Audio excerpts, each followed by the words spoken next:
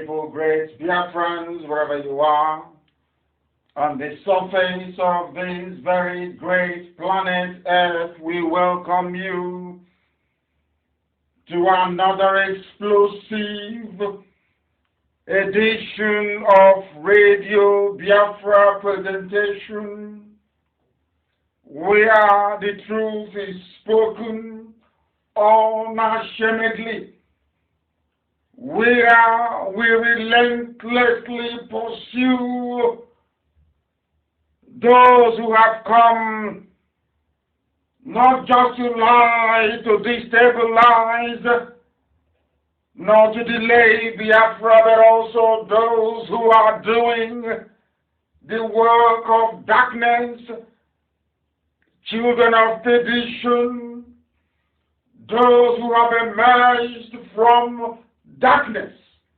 to try to extinguish the irrepressible light of truth and of redemption.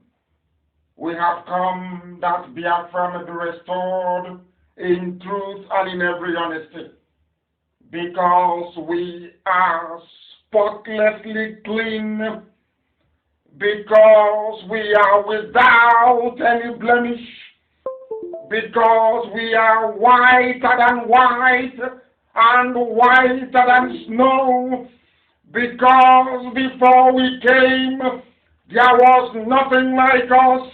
Now that we are here, they cannot be like us, and after we are gone, they will pray that we have lived forever. We are the children of the Most High, and across the 24 time zones on this very planet, Elohim's children are listening. Radio Biafra is not like any other. We are listened to across the entirety of humanity. That is why only on Radio Biafra do we say good morning, good afternoon, good evening, and good night to some of you. Because regardless of where you are living, where you are residing, where you are domiciled, we welcome you this very evening. The time now is precisely 8 minutes past 7 p.m. in the blessed land of Biafra, and I also presume with every degree of certainty that it is the same number of minutes past the hour wherever you are. My name is Nnamdi Kanu. I am the leader of the indigenous people of Biafra, the largest and the most formidable mass movement anywhere on the face of this very earth. I am a servant of the wonderful people of Biafra only by the special grace of God Almighty in heaven. And we are here to preach this very gospel until Biafra is restored in our time. And we know and hope and pray it will be this year and not beyond this year. That is why we have to do everything within our powers, everything humanly possible, to make sure we disseminate this very gospel this evening, that wherever you are, you propagate it. You will tell your friends and you will tell your neighbors. You will tell those who are close to you, even those who are far from you. You will tell them that if they go to Radio Biafra page on Facebook, they will listen to us. Some of you are listening on my page, Mazi Nnamdi Kanu, on radio, on Facebook. We are on Radio Biafra, on FM in Biafra land. We are on satellite. We are on Tuning app. We are on Garden Radio app. We are on Sweet Radio app. We are everywhere, including satellite as well. Therefore, you will have no reason for not joining us. And as always, listening to this very broadcast via My Facebook page comes with a lot of warning because Facebook, as always, is doing all that they can. They have been bribed. They know the zoo is sinking. They know the zoo is irredeemably sinking. That is why they keep borrowing money and bribing everybody. They have bribed. The diplomats didn't work. They bribed the mainstream media. It did not work. Now they are bribing social media as well. Facebook has collected their own share, and they are doing all they can to see what they can do to justify the blood money that they are taking. Because if you accept anything from the zoo called Nigeria, it is blood money that you're taking. Because people are dying, and you're collecting money to suppress the truth. And that is what we are here to expose. Before we go any further, we must call upon Elohim. We must hand over our proceedings to the Most High, that His mercy and His grace may guide us. And for those of you who do not understand, Biafra is not going to be an ungodly nation. It has to remain godly. The same way it has been from the beginning, so shall it continue until the end of time. It will not change. Biafra will remain godly. That was why I proudly proclaimed in Israel, when I was interviewed, that Biafra will be another version of the Jewish state of Israel. And we said it very proudly, and I restate that this very evening. We are IPOB, we do not retreat nor surrender, and that is why the zoo is collapsing precipitously. Nobody can stop it. This 2020 will collapse the zoo. There is nothing anybody can do about it. It doesn't matter what they do. It doesn't matter how many idiots they recruit on their side. It doesn't matter how many saboteurs spring up. It doesn't matter how many traitors they have groomed. The zoo must fall in 2020. We have all the facts and the figures. It doesn't matter what they do. The last kick of a dying horse, it doesn't matter what they do. We are in the era of digitization of information and technology.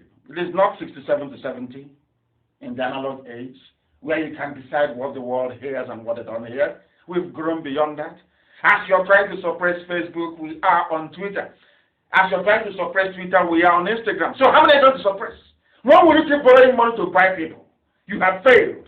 And this evening we shall dissect the zoo and all the traitors working for them, of course. We must pray. We give glory to Elohim, the Most High, the Lord of all the hosts of heaven. You are sovereign. There is no other God apart from thee. Every knee bow before your throne of grace, because your name, Elohim, is that above every other name. You are God, the Creator. You gave life to man. Man is nothing before thee, because you are supreme and you are almighty.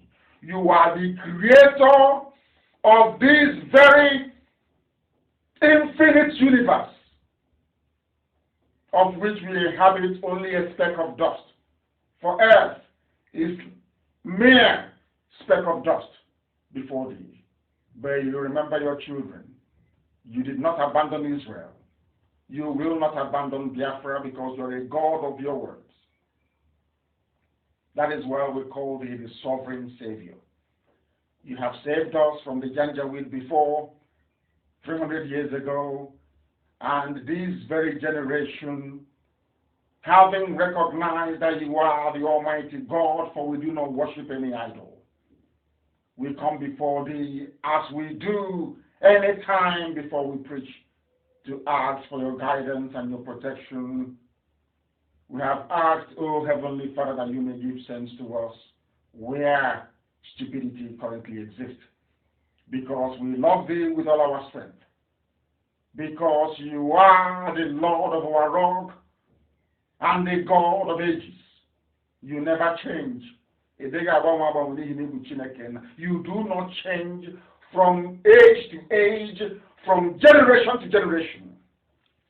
That was the secret you discovered, and that was why you blessed IPOB. That was why you said that Biafra will come in our time, because we have given you all the glory, not to any man, not to any graven image.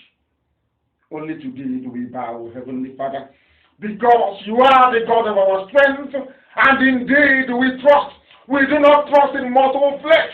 We do not trust in a carved wood somewhere. We only trust in the God of our ancestors. The same two folk that this time you will do it for us once again. You are our shield and the horn of our salvation. You are our stronghold, and we call upon thee this evening because only you is worthy to be praised. No other God apart from thee. You are one and indivisible God. Everything that is created, you created it. But nothing created you because you are God. That is why you save us from the hands of our enemies. That is why the same way you saved Moshe, you saved Yeshua. The same way you saved Elijah. That is how you will preserve IPOB. That is how you will make sure that Biafra is restored and the zoo called Nigeria is crumbled beyond recognition. Because all around us is evil and darkness. But your light has continued to shine upon the face of your children. That is why this very day you have done us proud before our enemies. They have fallen on the right and on the left.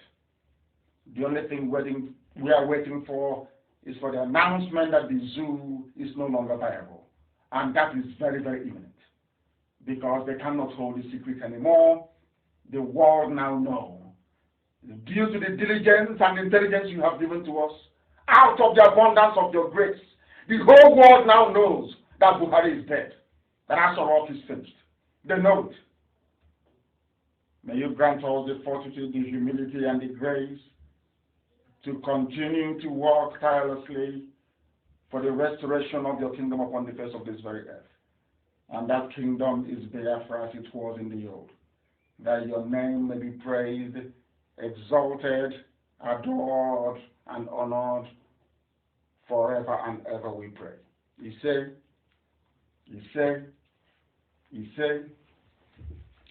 this evening, without further hesitation, we must proceed to preach. Our enemies are vibrating. Right now, they are panicking because they know we are whiter than white and whiter than snow. They know we are incorruptible. They understand that we are unbribable. They know nobody can buy us. Our conscience is untainted. They know we only have one mission. The essence of our existence while we are born is to restore Biafra. And Biafra will come in our time.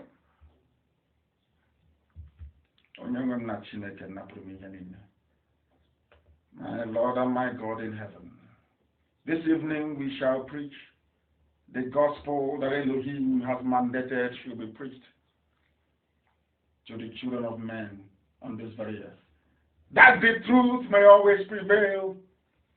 This very evening, we are making it very, very obvious. I want to start from the beginning. The dismantling of the zoo, piece by piece, brick by brick, zinc by zinc, rod by rod, the dismantling of the fraudulent edifice called Nigeria. Where they have been, where they are going, and where they are going to end up.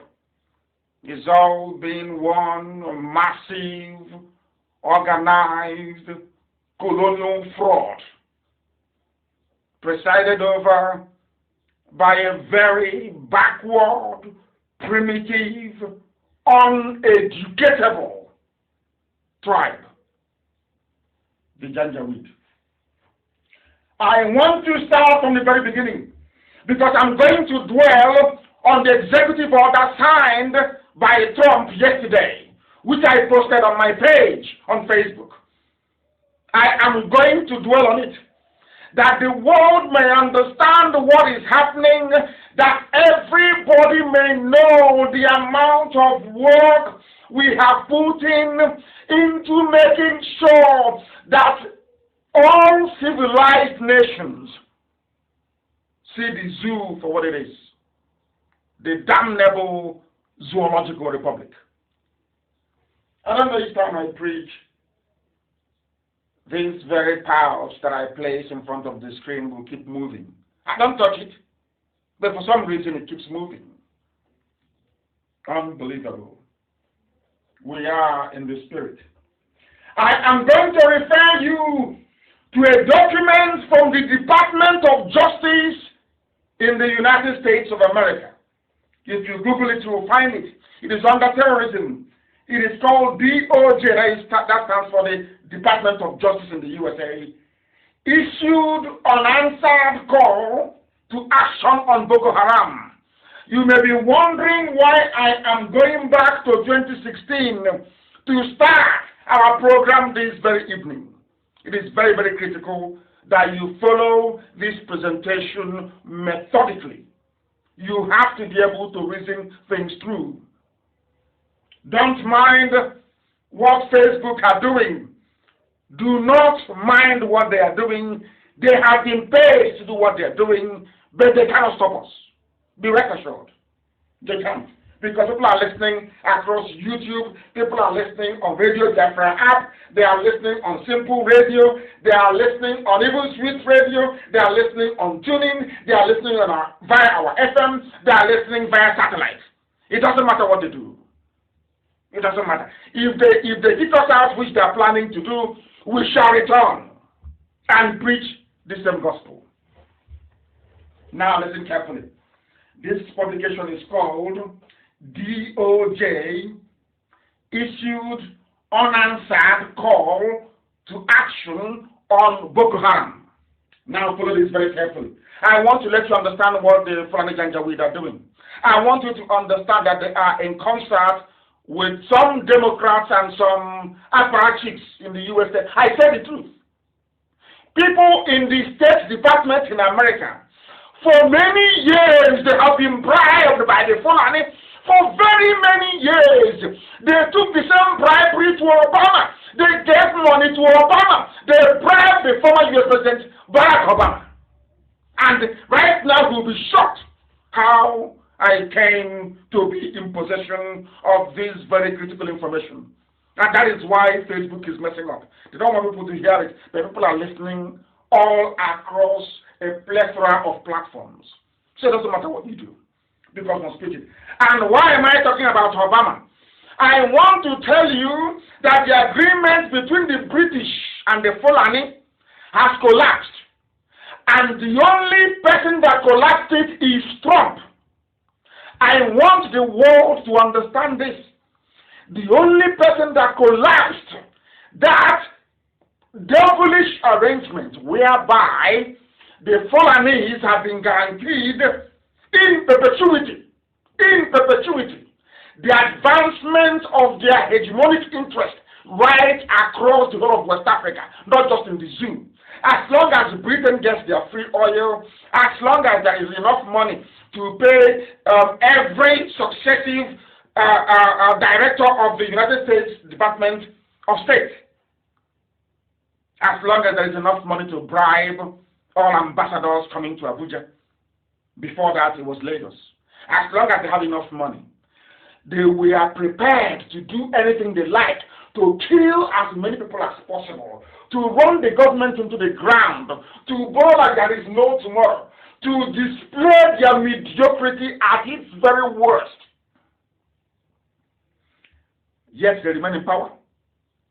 It was Obama that brought in Buhari before he died. It was the same cabal at the U.S. State Department. United States State Department in Washington.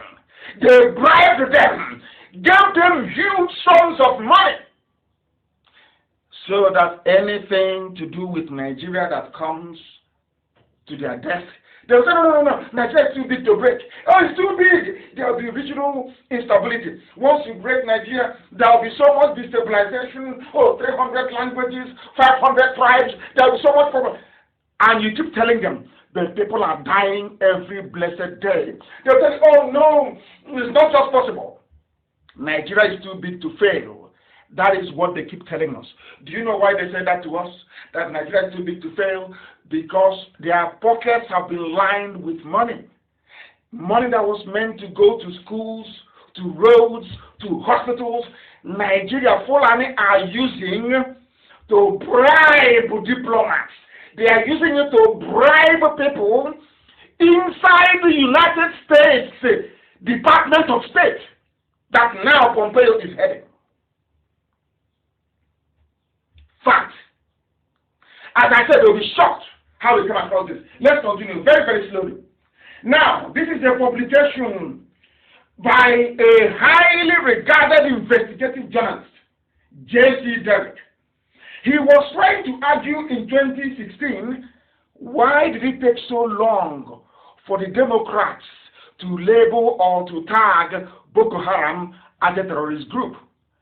Having seen what they have been doing to people, if you compare that to how IPOB was tagged a terrorist group without weapons, having not carried out not one single terrorist attack, and the speed with which they got it, that will tell you all you need to know about the influx of the Janjaweed into our land today.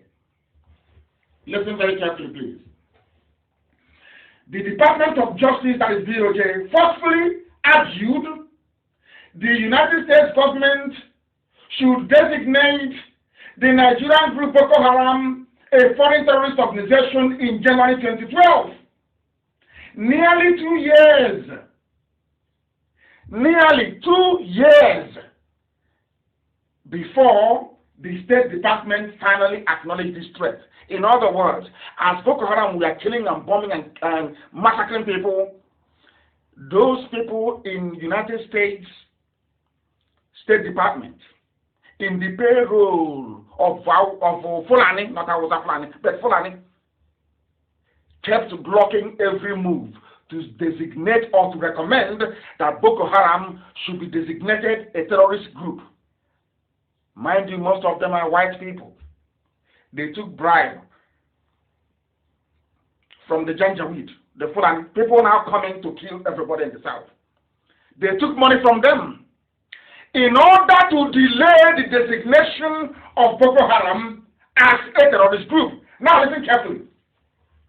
Documents obtained show that Obama administration officials recognized that Boko Haram was very, very deadly. But under Hillary Clinton, they refused to acknowledge the damage that Boko Haram was doing on people.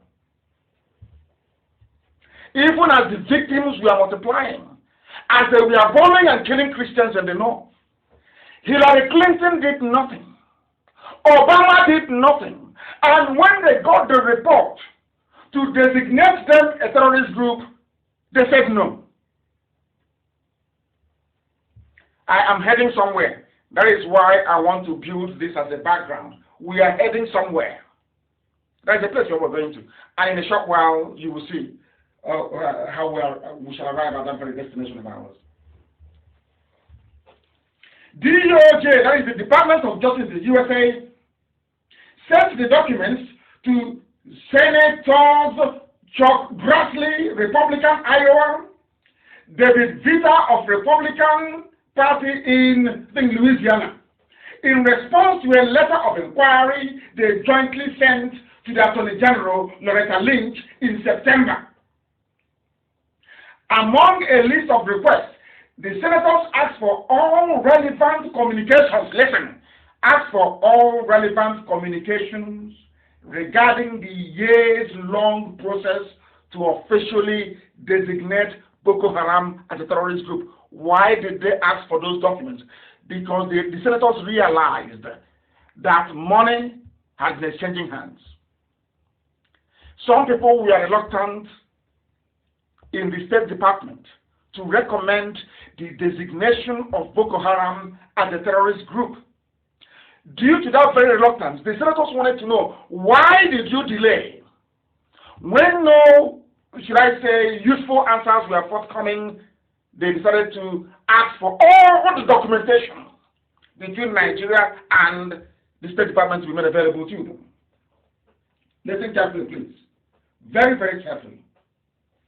One document was then, the then Attorney General was Eric Holder. He wrote a letter to the Secretary of State, John Kerry, approving or asking them to designate Boko Haram as a foreign terrorist organization in October 2013. The other was a January 2012 letter from the then Assistant Attorney General, Lisa Monaco, making the case against Boko Haram.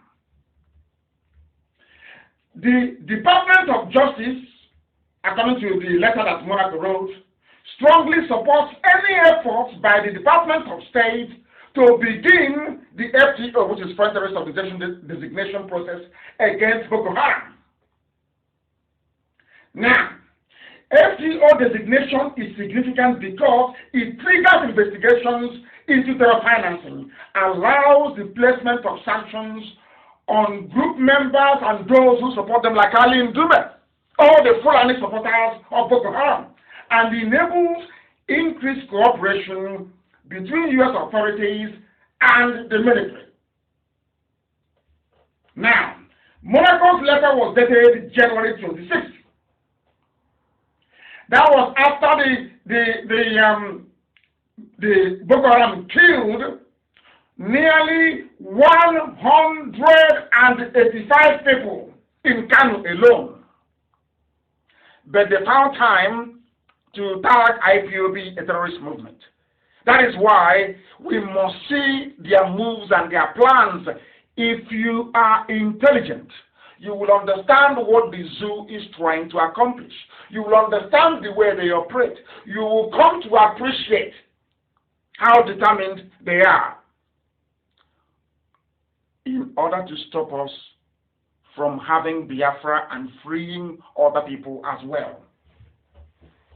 Now, Monaco later became Obama's Homeland Security and the Counterterrorism Advisor, when she advised that the rate of violence is only increasing.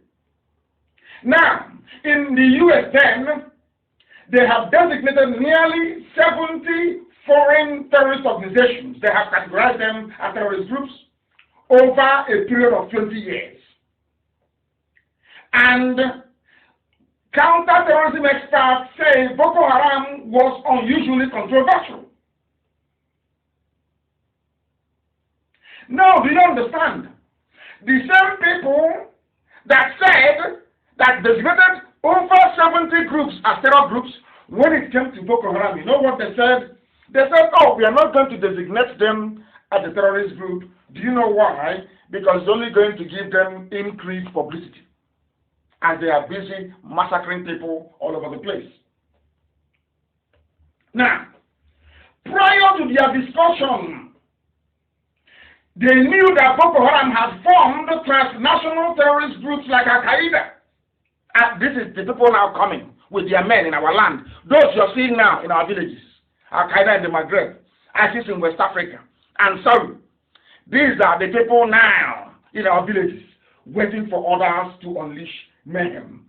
And do you know what this document said? As far back as 2012, it said that their mission was to spread violence across West Africa. So what is happening today in our land? The well-planned, well-orchestrated move to push Janjaweed fighters into the south was recognized in the USA in 2012. In 2012, What you're seeing today was highlighted in 2012 in the USA. Now, the question is, why did it take so long to designate Boko Haram as a terrorist group? Even then, Senator Grassley, a Republican, that's one thing about Republicans, I don't find, they're always on the path of, I wouldn't call it righteousness, of doing things right. Some people don't know that he was a Republican, Abraham Lincoln, that put an end to slavery in America. Not a Democrat, a Republican. And you know the funny thing, it was the Democrats who were the ones that used to own slaves in America.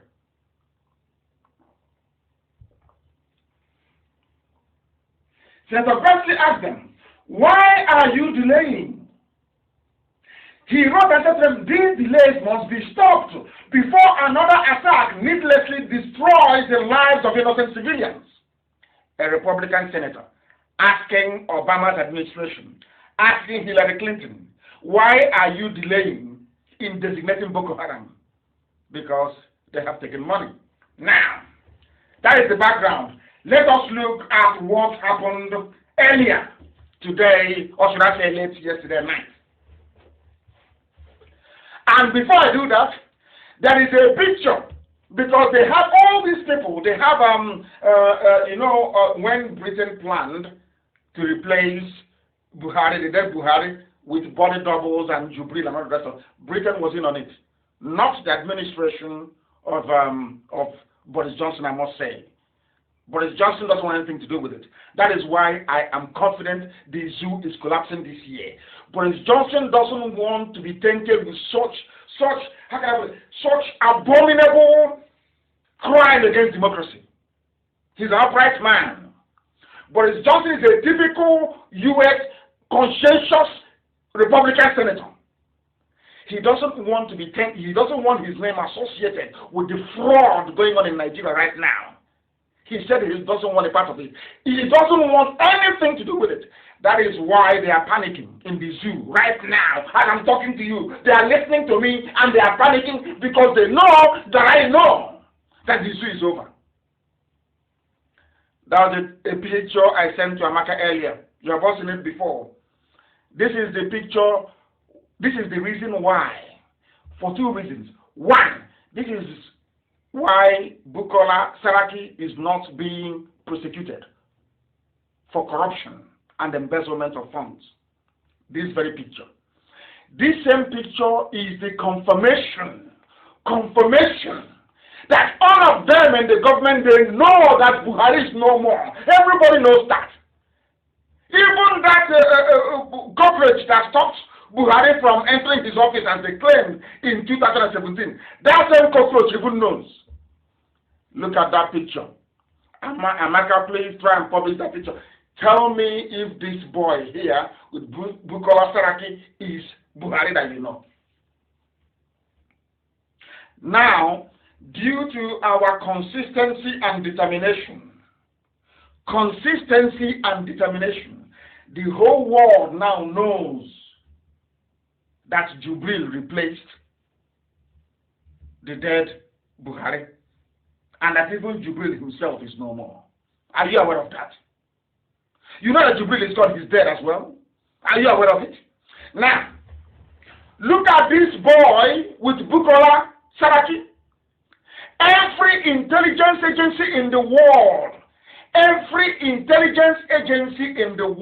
including Israel, they know that Buhari is dead. Every intelligence in the world, they know. It is Britain, every administration since the coming in of the dead Buhari in Britain has supported this fraud. This fraud was supported by Britain. Look at that boy and tell me if this little boy here, maybe the age of our last born, tell me if this boy is Buhari. Look at the way he's with Bukola Saraki, because Saraki knows that is why they cannot prosecute him. When Saraki, remember, there was too much talk about Saraki going to prison, that they would jail him. He was a Senate president. He was giving the Buhari a hard time. I'm sure you all remember. Ask yourself, Why didn't EFCC continue with Bukola Saraki's investigation? It is because of this picture. I want this picture everywhere. Look at the picture. That is why, because Saraki said to them, any day you write to me again or tell me not of persecution, I will tell the whole world that this boy you told me is Buhari, this little boy I'm looking at here that I saw in the mosque, I will tell the whole world he's not Buhari. That Buhari is dead. That was why they left him alone. Have you asked yourself why they left him alone? He was in PDP. They're not persecuting PDP people. Have you asked yourself why they left Bukola Saraki alone? Because of this little boy. And I ask everybody in the zoo, even the most foolish idiots in the zoo, including pigs and swine, I want you to look at this picture and tell me, all of you people talking about, it's Buhari, what they are saying, what the Nnamdi Kanu, I want you to look at this picture and tell me that this is Buhari. Because this is the very reason why, despite years of looting and I will say of just kleptomania, I would say rampant stealing by Bukola Saraki, he is not facing the threat of jail. None whatsoever. You can see the reason why. He knows they brought him in and he said to them, this was what I was saying to Biafran politicians, if you are under threat by these people, just make a statement, give it to lawyers abroad, and say, if anything happens to me, my lawyers release this information. That's all, they'll leave you alone. They are busy languishing in jail for no reason. Look at Bukola Saraki, he played his cards very neat. This was the picture he used and told EFCC, if you come close to my house again, if you attempt to write to me, I will tell the world that this boy is not Buhari, that Buhari is dead. They left me alone. And everywhere they know. Everywhere they know. Look at that picture. Look at that very picture and tell me that this is Buhari. I want anybody, including that useless girl, for even whatever rubbish she's called. That Yoruba girl, that useless, stupid, hopeless girl. Yoruba girl. That have the guts to stand up and to challenge our assertions. I want even the dumbest fool in the zoo to look at this picture and tell me that this is Buhari.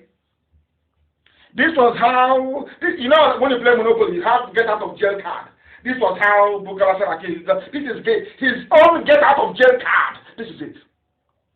Once if you're in trouble, let me give you the expo tonight. If you are in trouble now, you're a politician in jail. Right now, try and look for a means to contact an external lawyer. Use this very picture, as Bukola Saraki did. They will release you tomorrow morning. You will be released tomorrow morning. Look at this picture. I want even the most foolish person alive that ever met Buhari, the real Buhari, to look at this very picture and tell me that this is Buhari. Just tell me this boy is Buhari. This is somebody that they gave to a Senate president then. A Senate president. The custodian of the conscience of the people. They said to him, this is Buhari don't die, yo. Please, Buhari is dead, though. We will give you this boy, yo. And that was the day his deal was wrapped. All the noise coming from Magu, from EFCC, was pure bunkum rubbish. Any politician in the zoo who can stand on his 2 feet to say to hell with you, those ones are not being investigated by EFCC. Those who are in prison are those who are too frightened to say the truth. Is this boy Buhari? I'm asking you. No, he's not. And do you know why they got away with it? Do you know why they can now come bring ordinary Nama cow and say this is Nigeria president or is Buhari? Even people will mold cow birthday cake and give to the cow. That is how foolish some people are. And that is why I hate Nigeria. I hate it with every fiber. I despise it. Have you seen what they're doing? I want every politician to go take this picture. Tomorrow, call your lawyer, give your lawyer the picture. I say, if you don't release me from here, I will tell the world what I know. Did you be released? Because they know this is not Buhari. That is how your mates are out of prison, but you are in prison. Because you don't have the metal. You don't have the balls to stand up and say, enough is enough. Is this boy Buhari to you? I want Yoruba media to be tweeted tonight. Ask them, is this boy Buhari? A simple question. Channel TV, is this boy Buhari? Daily Trust editor, is this boy Buhari? Guardian newspaper, is this boy, little boy, is he Buhari? This boy here with Saraki, is he Buhari? That your person was Buhari? The answer is no. Then where is Buhari? He's in a grave in Saudi Arabia. And instead of people to focus on bringing the zoo down, they sent their agents to try to... They can't distract us. We are focused back on the things that matter, which is to collapse and give everybody freedom, including those Hausa people being massacred now as I speak in southern Kaduna, to give everybody hope and freedom. Not just Biafrans, I said everybody. Some of them who are slaves in Yoruba land, in Ilorin, in Kwara can go with the Janjaweed if they want. Freedom for all, not just for Biafra, for everybody. That is what IPOB is all about. That is what I represent. Not subjugation. The freedom, I mean absolute and total freedom for everybody. That the world may know that even in Africa there are some people that still possess some thinking faculty. Now, having gotten away with murder, do you see how the zoo Nigeria made it possible for the world to delay recognizing Boko Haram as a terrorist group? Whereas it was Igbo governors with Ohanezel, they were the ones who invited Abakiari to proscribe IPOB. I hope you're following. Nyewodo and his group with Igbo governors invite, that is, oh my goodness. I don't want to mention Sabo tonight. The governors, they invited them, come and they proscribed. They went to make electric result, had a meeting and proscribed. But Boko Haram, to tell you how ingenious the Fulanis are, they even went as far as bribing white Americans in America, because they were the ones that told Boko Haram to fight Jonathan, to make life horrible for Jonathan's administration. Fulani were busy bribing people in America, bribing them to make sure that Boko Haram is not recognized as a terrorist group. Whereas that is how things are always in Biafra land. I don't know the type of people who are there. But in our own case, we have no guns, nothing, not even ordinary catapult. It was our own people that went and called them to come and prescribe.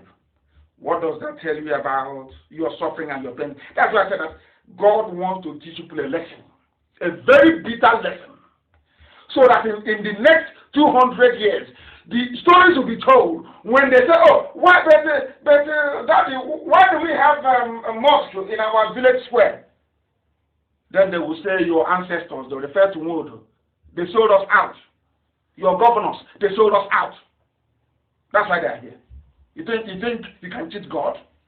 You think you can be this wicked and you cheat God? You're dreaming. Now we come to the crux of the matter. Why I keep telling you with every certainty that the zoo is gone this year. That was before President Trump signed this executive order. It's on my page. Some of you have not read it very well. And you know, even with the zoo, people only go for headline. That's all. After the headline is all over. They don't read the substance of the article. But I'll try and do so for you this evening. Donald Trump yesterday, listen carefully please, signed an order. Signed an order yesterday directing that State Department. I told you, when I say the whole world listen to the I think I'm joking. Some of you think it's a joke. Oh, how is that possible? Remember, I've been preaching that the problem we have is the American ambassador in the zoo, successive ones, not just the new lady that came. And I also told you that the State Department, oh, don't say it. You have to, I said rubbish. As long as it is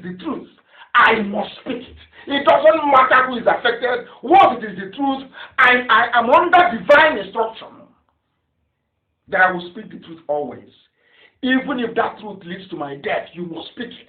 You must preach the truth forward. And I did. I told you, live on air.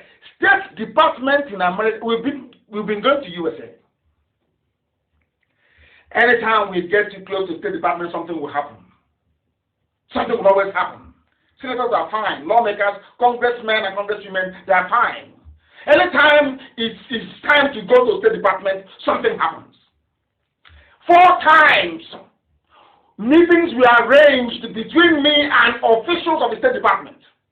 Last minute, something will happen. Either that the court report on their laptop or something happened. I came back and I told our people, if they see that something is wrong with it, something is wrong there, go and investigate it. Now listen to what Trump has done. Listen. To tell the whole, are you going to get Biafra on Twitter, on social media? People who didn't go to school. They don't understand. They don't know how these things work. They have no clue. Zoo is very, rather than actually enriching or enhancing your capacity to learn, what Nigeria does is to infuse in your brain what I call a primitive code of reasoning. Very primitive. And I feel sorry for them. Listen carefully, please. Trump signs order directing State Department, U.S. aid, to take action on global religious freedom. Because, of course, they cannot say Biafra because they cannot be seen as encouraging or seen to be encouraging the division of the country. That is a no-no, is a no-go area. So you can find any other flowery diplomatic language to wrap it around, but you cannot use the word break. You can't. Now listen. President Trump on Tuesday quietly signed an executive order directing the State Department to take more concrete, that same State Department, remember carefully, directing the State Department to take concrete action in countries identified as violating religious freedoms. For example, you know who we are talking about. Assigning $50 million to support such efforts. For the first since 1960. Since 1960, the well-crafted British engineered Fulani stranglehold on U.S.-Africa foreign policy. Since 1960. That is what said that God is marvelous. This Elohim, Chukwu we worship, is immense. People, you don't know how far we have gone, do you? You have no idea. You have no clue. You don't know how big IPOB is. I don't have to put on social media. I laugh at the buffoons. Listen carefully. There is a well-coordinated effort run by the British. The British, all these years, they've had the U.S. in their pockets. Once America was in the Britain said, no, don't mind them, everything is okay. And they will listen. But for the first time since 1960, we have broken it. And this was how it happened. As a result of our tenacity and consistency, because I never let go. As I'm telling you now, you see how rock it and stuff. Let us just do as you're told. The consistency of IPOB and other conscientious bodies in the world, especially the USA, have come together to break that very yoke, that burden that Britain placed on all of us through Fulani. My only hope is that EU will follow suit shortly. Our coordinated diplomatic onslaught is working. You cannot say it is diplomacy. It's like Twitter. You don't see it. There is, oh my goodness, it is deadly. I can assure you. It is working. It is an expensive business, but it is working. Why do I say that? Let me read the executive order for you that Trump actually signed yesterday in the White House. By the authority vested in me as president, by the Constitution and the laws of the United States of America, it is hereby ordered. Please follow carefully. It is hereby ordered, Section 1, religious freedom. America's first freedom is a moral and national security imperative. Religious freedom for all people worldwide, not America anymore. They have now gone into the world. Worldwide is a foreign policy priority. For the first time, it's a priority for Trump. Priority for State Department. Priority. And the U.S. will respect and vigorously promote this freedom. As stated in the 2017 National Security Strategy, our founders understood religious freedom not as a creation of the state, but as a gift of God to every person and a right that is fundamental for the flourishing of society. Do you know when we went to America? We meet officials and they will say to us, oh, but it's only farmers and headers. They are clashing. I said no. Ask those that went to, I will say no. It's not farmers, it is Islam against Christianity and other religions. They said, no, it's farmers, there is a problem, there is a drought. I said no. I proved it to them that it is a well-organized, well-funded, well-coordinated Islamic onslaught on the South. Meeting after meeting, meeting after meeting. In some cases, we will be in Washington for a week. Meeting after meeting, the same thing, I never change. The same view, all I will tell them. It has nothing to do with farmer-header clash. No. These people are coming to take our land, to burn churches, to destroy our way of life. And now it has gotten to the main man himself, and he signed this yesterday. We'll continue. Now, Trump said, I am going to prioritize international religious freedom. He gave them time. He said, within 180 days from yesterday, that's what I said, within 180 days from the date of this order, from yesterday, 180 days from yesterday, the Secretary of State shall, in consultation with the administrator of the United States Agency for International Development, USAID, develop a plan to prioritize international religious freedom in the planning and implementation of United States foreign policy and in the foreign assistance program of the Department of State and USAID. He is now giving order direct to State Department. Do you know who they are? They are the ones that ship ambassadors all over the place, including one in the zoo. They must now prioritize this. Whereas before, every diplomatic dispatch from Abuja to Washington has always been, it's a farmer-header clash. No more. It will not be investigated. If once an ambassador says it's farmer-header clash, it will be investigated. That was what we achieved. I give Elohim the glory. But we worked tirelessly hard for this to come to pass. Listen very carefully, please. This executive order, if you don't know, called for the advancing international. And it is now asking the State Department to fund programs that promote and protect religious freedoms abroad. How do you protect against a Janjaweed with AK-47? We'll come to that later. Trump continued. Foreign assistance funding for international religious freedom, the Secretary shall, in consultation with the Administrator of USAID, budget $50 million every year to support those who are fighting for religious freedom and a breakaway from the suffocating influence of what I can only call religious tyranny, to be honest with you. Religious tyranny, that's what it is. That's what it is. To help ensure that such groups Listen, oh, they said, we are giving you this money. We want you to use it to make sure that distinct communities are protected, to promote accountability, so that those who are perpetrating them will be held to account.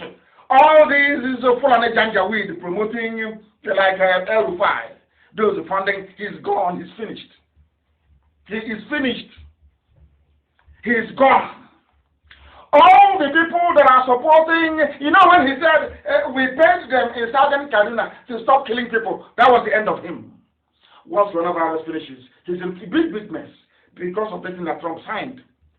All the perpetrators, all those that support people who go about murdering and slaughtering people because of religion, that he's a gunner. He's a gunner. But if you run to Dubai, and I know that's what I'm going to do. Once the zoo collapses later on this year, they will not run to Dubai. That's what I know. This money, USA though, this money is going to go towards improving safety and security in churches, especially in the Middle Belt. So if by this time next year, USA is not giving this money to protect churches in Benue and in Kogi, we know there's something wrong.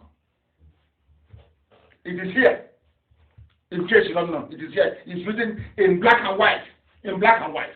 Now, you must ensure that every faith-based and religious entities, including those in foreign countries, are not discriminated against on the basis of their religious identity or religious belief. You cannot anymore. No longer in this room. From yesterday.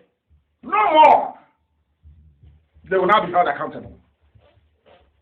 Now, this order also calls for diplomats, so, as I told you before, because I told you that they listen to us. They listen to IPOB. They listen to Radio Biafra, all of them they do. Radio Biafra is international, and I want to prove it to you tonight, that they listen. You know what Trump said? Trump didn't just write this thing and say, okay, go and implement it. He said, no. This order calls for diplomats to increase efforts in raising concerns that are now asking the U.S. ambassador in the zoo, anytime there is an atrocity in Nigeria, you must raise it, you must query, you must ask what is going on. Do you understand it? Do you now understand it? They can no longer pretend that nothing is happening. The heads of all agencies shall, when appropriate in coordination with the Secretary of State, raise concerns. You must tell us.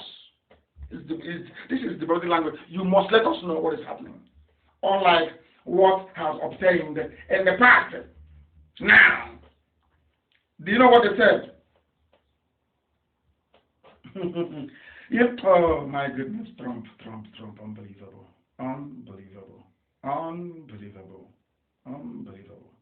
Do you know what happened?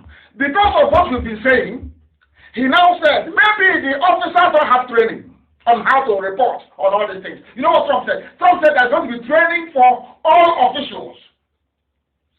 Department of State, that same people stopping us from moving forward. All their employees in foreign affairs will now undertake training modeled on the international religious freedom training described in a particular section they have in their law that they made in 1980. Within 90 days, listen, within 90 days of him signing this order, the heads of all agencies, listen, that assign personnel to positions, in other words, those who assign duties, diplomats, all the rest of us overseas, shall submit a plan to the president through the assistant to the president for national security affairs, detailing how the agencies will incorporate the type of training described in this particular executive order into the training that they have every blessed day, especially those abroad. This is how to make laws. The man sat down and thought about this long and hard. Why is it that when people are being killed, I'm not hearing about it? Why? Why? People say he's a racist, but he's not. Trump is not. What he's doing is to save people abroad, especially in Africa, especially in the zoo called Nigeria. You know what Trump said? Maybe you don't have the training for this. Incorporate this reporting in your training, so next time when evil is happening, you report it to us. Because they listen to what we're saying. Now, do you understand it? Within 90 days, he said to them. So within 90 days, I expect the U.S. ambassador to be reporting back exactly what is happening. What is happening? This is astonishing. Astonishing. There is this bit here, section 6. It is incredible. You must develop recommendations to prioritize the appropriate use of economic tools to advance international religious freedom in countries of particular concern. And what are those countries of particular concern? Who are those? Unbelievable. Unbelievable. Of course, Nigeria is there. It's number 2. Number 2. Number 2. The Secretary of the Treasury, this is section 6B, in consultation with Secretary of State, may consider imposing sanctions under Executive Order 13818 of December 2017, which, among other things, implements the Global Magnitsky Human Rights Accountability Act. It's a public law that they have. You know what it means? Buratai, Aisha Buhari, Yusuf Buhari, all those that stole money. You know, this Bolatinubu, they're all in a mess. Do you know why these people are getting away with murder? Do you know why they get away with murder all the time? They have never had people like IPOB confront them. That's why I said we are more educated than all of them put together. All of them, we are more learned than all of them put together. We understand the law and we make use of it. That is why they cannot convict us in their courts. No, it's impossible because we know the law. You see, Aisha must go to prison. Buratai, of course, that one is gone. It's no longer coming back. All of them that stole money, Aisha, your entire family, Yusuf Buhari, the 4th richest boy in Africa, richest man in Africa, stolen money. Idiots will not see it come. Bola made they're all going to prison. The law is very clear, it's here. Any day they enter USA, our lawyers will ask the authorities, are you aware of this particular executive order? And what are you doing about it? They are in a very serious mess. Now they have described countries of particular concern that they have. And it is incredible, very, very, very, very incredible. Do you know who those countries are? Now listen. The president's order yesterday follows the publication in April of the U.S. Commission on International Religious Freedoms. Remember that annual report that we published everywhere? People thought it was nothing. You know, they don't read documents. People don't read because of the very gossipy nature of the political climate. It's a climate that feeds on gossip, not on facts and figures, only gossip. Because when this particular report was published in April, it was widely circulated. Remember, this independent group, now mapped out countries that need to be looked at, of course. For 2020, you know what they said? They recommended a new designation for Nigeria. Nigeria is number 1 on the list. Oh dear me. Oh dear me. This particular legislation imposes sanctions on foreign individuals. Aisha Buhari, Buratai, of course, Abacha is dead. Tinubu, El Rufai. That is what it says here. It imposes sanctions on foreign and entities responsible for human rights abuses. Finished. It is here. Very clear, in black and white. Now, that is the work we have been doing. that you may not have seen and you cannot see it. It's only when the results like this come out that we can tell you. All that time you see us in the US, that's what we've been battling and discussing. Others are doing something as well. It's not only us who are being killed, others are doing something as well. That is why when you are together and you create pressure, or you make so much noise about something that is righteous, people listen to you. That's how the world works. That is why we must be on Twitter. That is why we must be on social media. That is why we must keep on every blessed day. He's in America. He took pictures. Have you seen it? We have broken this IPOB. We have broken the Fulani Janjaweed corrupt stranglehold in the U.S. State Department. It's broken by this executive order yesterday. For years they have bribed, lied, blackmailed U.S. diplomats into believing that they are the only ones. If you go abroad and want to lobby, they will say, oh, it's a Fulani, go and bring them. That's a bribery working. That's why they keep bringing money every day, to keep bribing, including Facebook as well. Fulani war chest, as of today, is $22 billion. And they have gone even to go and borrow even more money. You think they're borrowing it to pay teachers and nurses and doctors? No. It's to maintain their stranglehold on the zoo. And if the zoo falls, at least they'll have some money to start life over again. Fulani war chest is huge. They use monopoly, like having Dangote. They use what I call state interventionist policies, like the banning of stockfish from our bank, no more. Textile, no more. Obasanjo did that one perfectly well. No textiles in Aba.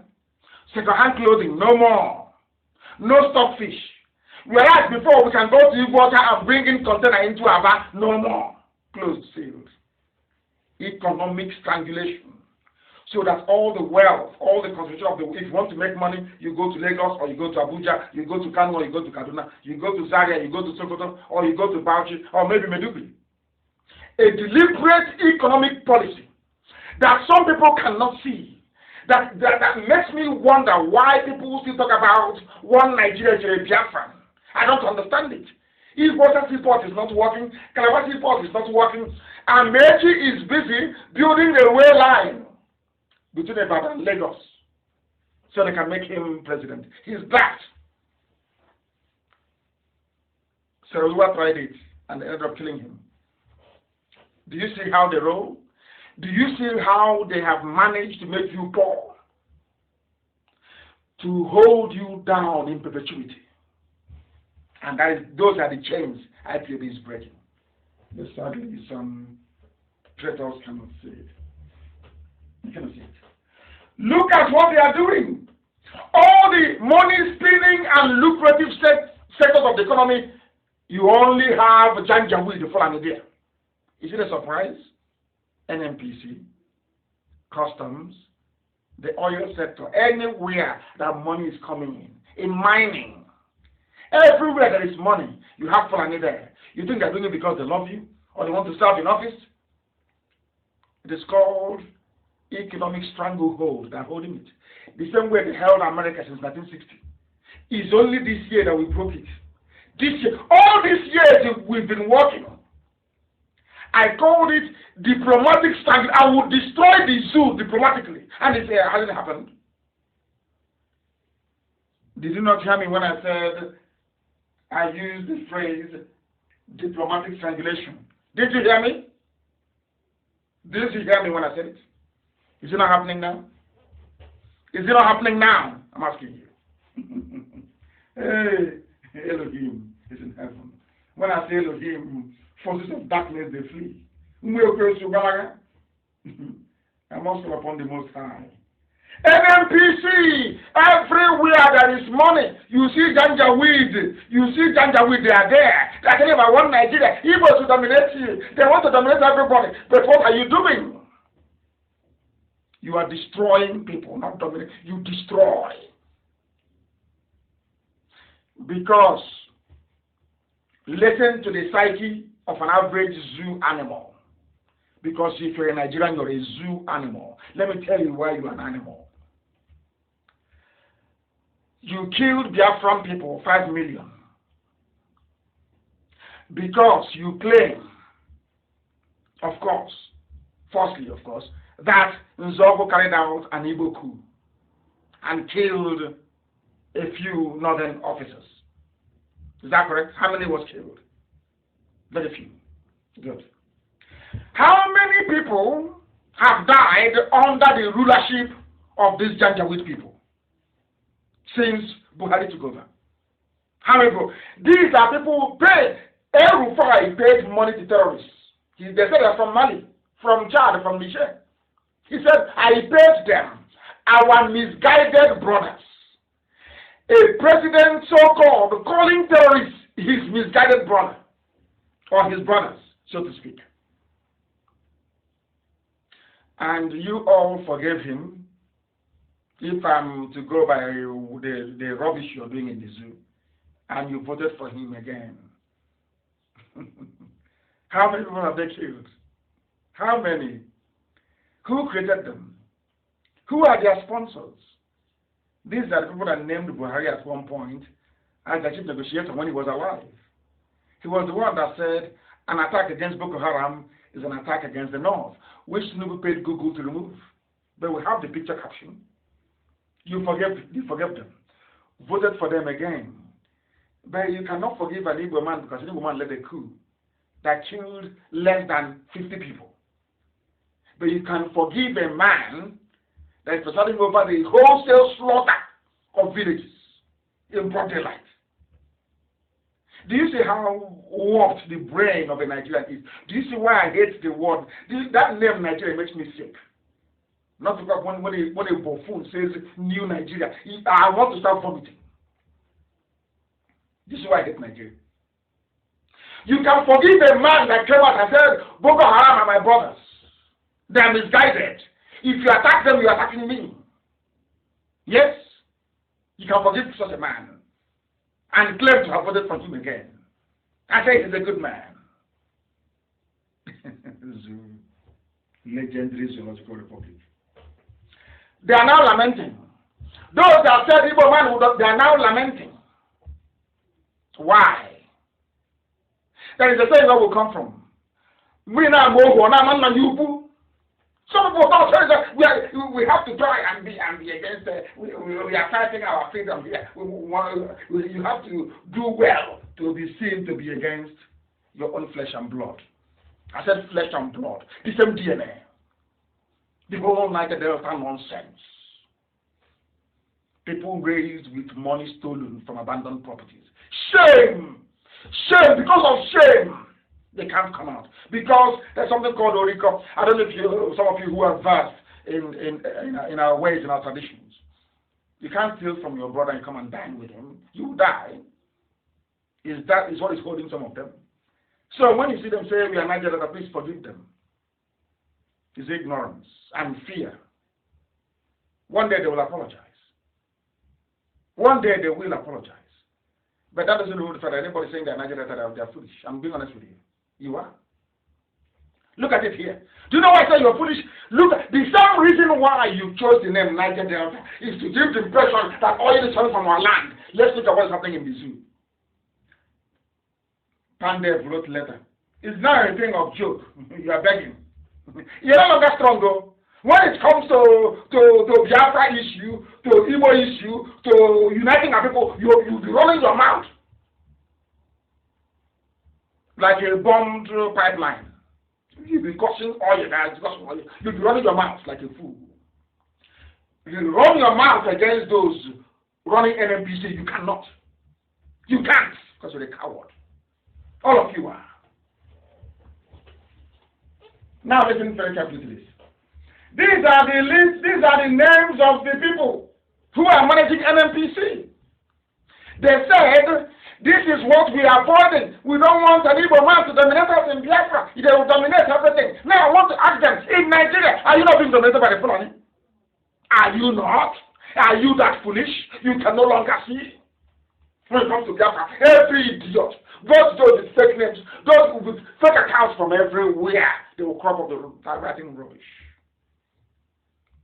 Of course, mind you, most of them are fake accounts run by Fulani people. I must warn everybody before you start, getting high blood pressure over it. Those are people from Fulani or those fathered by them during the war. This was the trick they played with Hausa people. Oh, we are Hausa Fulani. When there is nothing like Hausa Fulani, absolutely nothing. A Fulani man is different from Hausa man. Different in every way. We are Hausa Fulani. To tell you how evil Fulani is, they hide behind the Hausa and the Hausa language and committing all manner of atrocities. It's Hausa Fulani. The same thing they're doing. Oh, your Niger Delta, don't agree, your name is, don't agree, don't this Biafrans, don't agree, Now, we want to go and check and see who is running the lives of Niger Delta people. We want to go and see. Check and read it for them so they can hear it. All yellow people. Now, listen, the death of my Kanti Balu he's not from Niger Delta, mind you. He was the group managing director of Nigeria National Petroleum Corporation. That same NNPC that led some people to say we don't want to be part of Biafra. Yes? Who was managing it before? My country, but not Tamon Otonje. Because he preached the truth. But most of them they prefer to the pipeline security guard. That's their contract from Jonathan's time. 400 million naira every year contract. Poverty is a disease. It's a very big disease. Very big disease. A review of the top 20 executive positions in the corporation, NNPC, the same NNPC that made some people to deny who they are, the same NNPC that made some people to say we are Nigerians, we are not Biafrans. The same NNPC. And who is in charge of NNPC? Are you listening to me? The group managing director is Mele Kyari. Chief Finance Officer Umar Aliya. Chief Operating Officer Yusuf Usman. Chief Operating Officer Corporate Services Farouk Garba Said. Chief Operating Officer Refining and Petrochemicals Mustafa Yakubu. The list goes. It sounds like a list from Dubai. After going through all these names, I kept asking myself, are you sure? Are they Africans? Are they Africans? These people here. Musa Lawan, Omar Ibrahim, Mustafa Yakub, I can even understand. Abdul Kader Ahmed. Are these African names? It sounds Arabic. It's like something you hear when you travel to Oman or maybe to Kuwait. These people are lost. They are not even Africans. Look at their names. None of them here is from the so-called Niger Delta. And shame. They are not ashamed to come out in the open to antagonize people fighting for their freedom. No shame, no honor, no dignity. You'll be running your mouth like a damaged pipeline. Look at it. Are you here? How do you think you can get on the board of NNPC if you are not together as one people? How is that possible? Because Fulani knows if they go it on their own, they will not succeed. Fulani hid behind the Hausa and call themselves Hausa Fulani as a political bloc. They became unstoppable. Can you reason? I'm asking can our people actually try to think for some time? You had Fulani started in the beginning to say Fulani. They only started shouting Fulani when they had gained foothold everywhere. As emirs, as governors, as senators, as murderers, as terrorists. They now said, oh, we are now Fulani. Before, I think we used to call them a Hausa Fulani. It was this same radio Biafra that told you, no, it's Fulani that is causing the damage. Now they're coming out. from where they are hiding to say, we are now fallen. We rule. That is how they have dumped Hausa. Hausa is down on the floor. Doing Babiala as usual. Doing Alimajiri as usual. Because what they want to do in our land was exactly what they did to the Hausa people. We will give you your leaders, your governors, your traditional rulers, your PGs. We will anoint, we will tell you who will be your PG in your village. So when we start to repress you, you will have nobody to run to. And we shamefully we bought into that rubbish. And as they are doing, so are they raising saboteurs everywhere. Sabot from everywhere. And I'm saying to Sabo, every saboteur, every traitor working for the zoo, it doesn't matter what your religion is. Look at Awasa. Awasa should teach you a lesson. What Fulani did to Awasa, they will do to you, even worse. Look at all the names here. Like something from as you are landing in Dubai, you hear all these names. They are the ones running Niger Delta. And they are all here. I don't know how people can hate themselves so much that they don't want to see the light. You don't want to see the light. Can't you see it? This is where they get the money to bribe American diplomats. From here. Because they need to, for you to pay a diplomat $1 million once they arrive, you have to have money now. How are they going to make it? They know maybe if a Yoruba man is here, maybe somebody from somewhere, if they say bring that money, let's bribe, you say no. But they plan themselves very well, arrange it very well. It's their job. Customs, they are there. Air Force is there. Everything you can think of, they are there. So they can keep subjugating you, and you cannot see it. And you'll be saying, I'm from Niger Delta, I'm a Nigerian, I'm a proud Niger Delta. Hi. May Lord have mercy on your souls. Only 3 top positions we are located to the whole of the South. The rest is everything. What can you do? Maybe you have another letter tomorrow from Pandef, Mr. President. Can I please beg you? But you cannot write to beg an Igbo man. But you can write to beg a Fulani man. Do you see how foolish? Do you see how inferior people have become? From so-called Niger Delta. Do you see how inferior you are? Pandef is now behaving like a kindergarten child has been flogged many times. That's what it is. You say, oh, I want more. They flog you. Now you're there. You're no longer a PhD holder.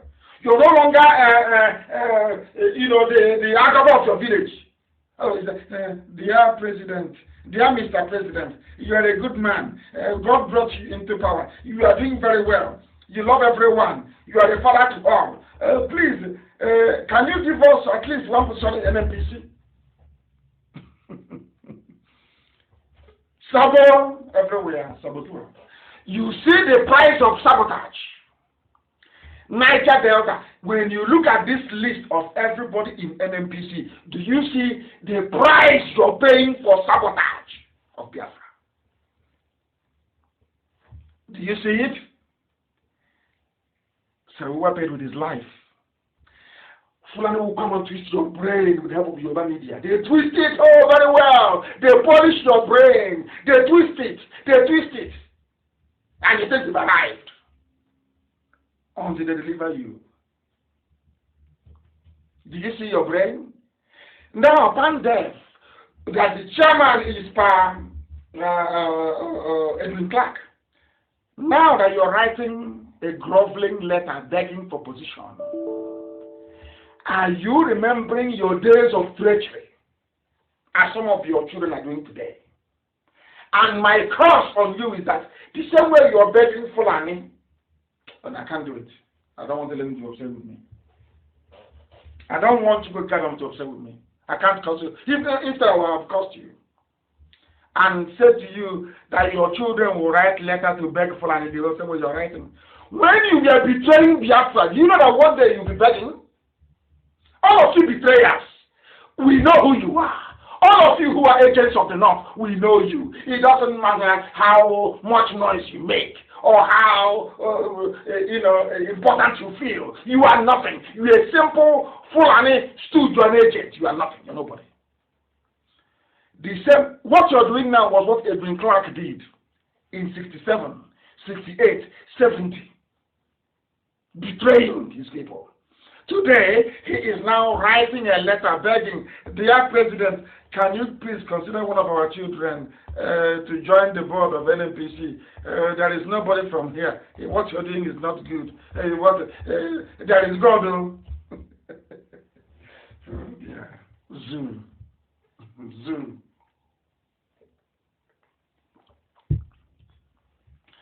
That is the life of a saboteur. I tell you the truth.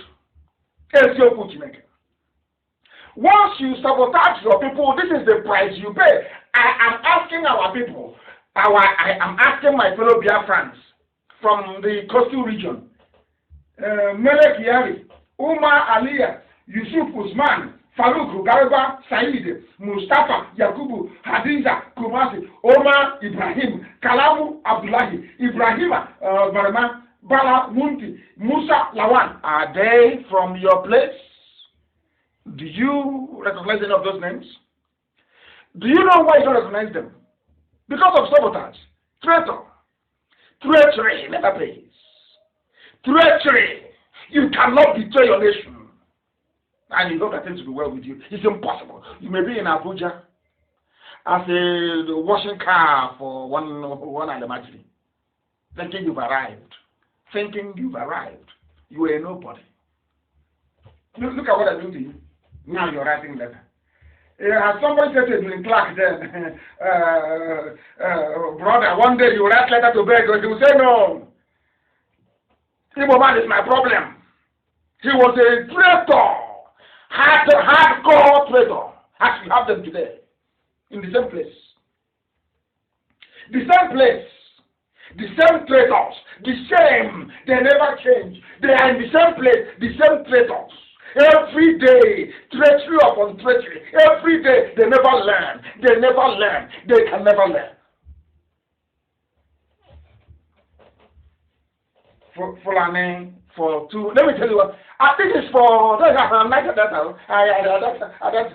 Biafra thing. I want to give you the story of Hausa. They are Muslims, genuine ones, not fake Muslim. They are genuine.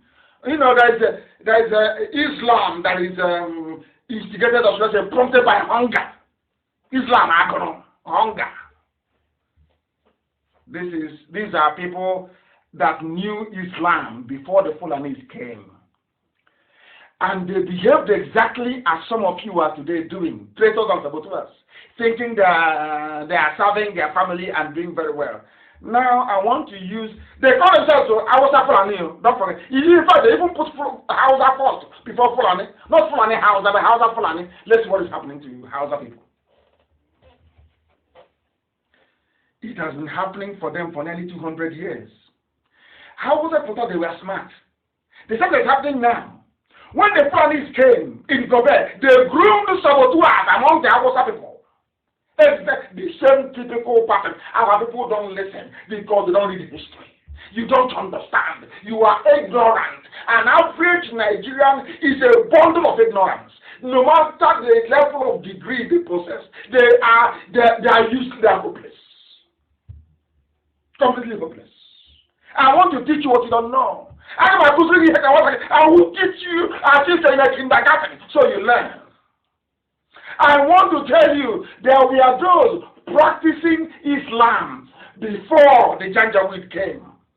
Before the vulture Udele led them from Futajalon to Gobe. A vulture led them. A vulture. Let's tell you how evil they are. A vulture led them to come to Gobe. They started by grooming some of the local Hausa people. Oh, let's have corruption. Your leaders are bad. They have attacked them all. Then there was no Facebook or Twitter. Maybe the Twitter they had then was Furadununu. That's thing they used to carry Furadununu. Oh, the leaders are bad. Don't say that. These are people who are so hardened Fulani is so dedicated to their mission and their goal that they gave out their wives and their daughters to sleep with Arab slave raiders. Do you understand? The people you now have in Asorok, I'm giving you raw history that is priceless. Fulani you see in Asorok today to tell you how determined they are. When the Moors came, when the Arabs came to come and take slaves from Africa, because they were the first to come.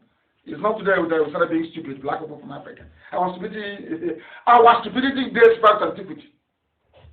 They came to carry us. You will see maybe 2 Arab men. He will come and he will tie a whole village with one rope and lead them across the Sahara Desert. Oh dear me. Even till today in America, they are kneeling on our neck and killing us. And I ask myself this question: why don't they kill Asians like that in America? We're always black people. But we'll get to that later. When they came, Fulani, in order to protect themselves, as I said, they gave away their daughters. They gave them, and as I said, is now doing prosecution inside Asorok. That's what she's doing. For them to keep power in Nigeria, they forgot Quran. Everything Quran said is can go to hell. They don't give Aisha to little boys inside Asorok. That was what their progenitors did. They gave their daughters to slave raiders to go and give birth to children that is light skinned. Are you aware of that? And then became agents for the Arabs. Are you aware of that? There's something they are doing now. Anybody who comes, they will be agent for that person. If it's Britain, oh, no problem. If it's China, as it is now China, no problem. And in America, that is the bastion of democracy right now in the whole world. You cannot get them to start colonizing people. You start bribing them to look the other way as impunity is happening. Now you understand. Now you know your history. I'm saying this so that the idiots in the so-called, a few of them, are very few. They may be vocal, but they're very few. The so-called Niger Delta. I want to teach you a lesson.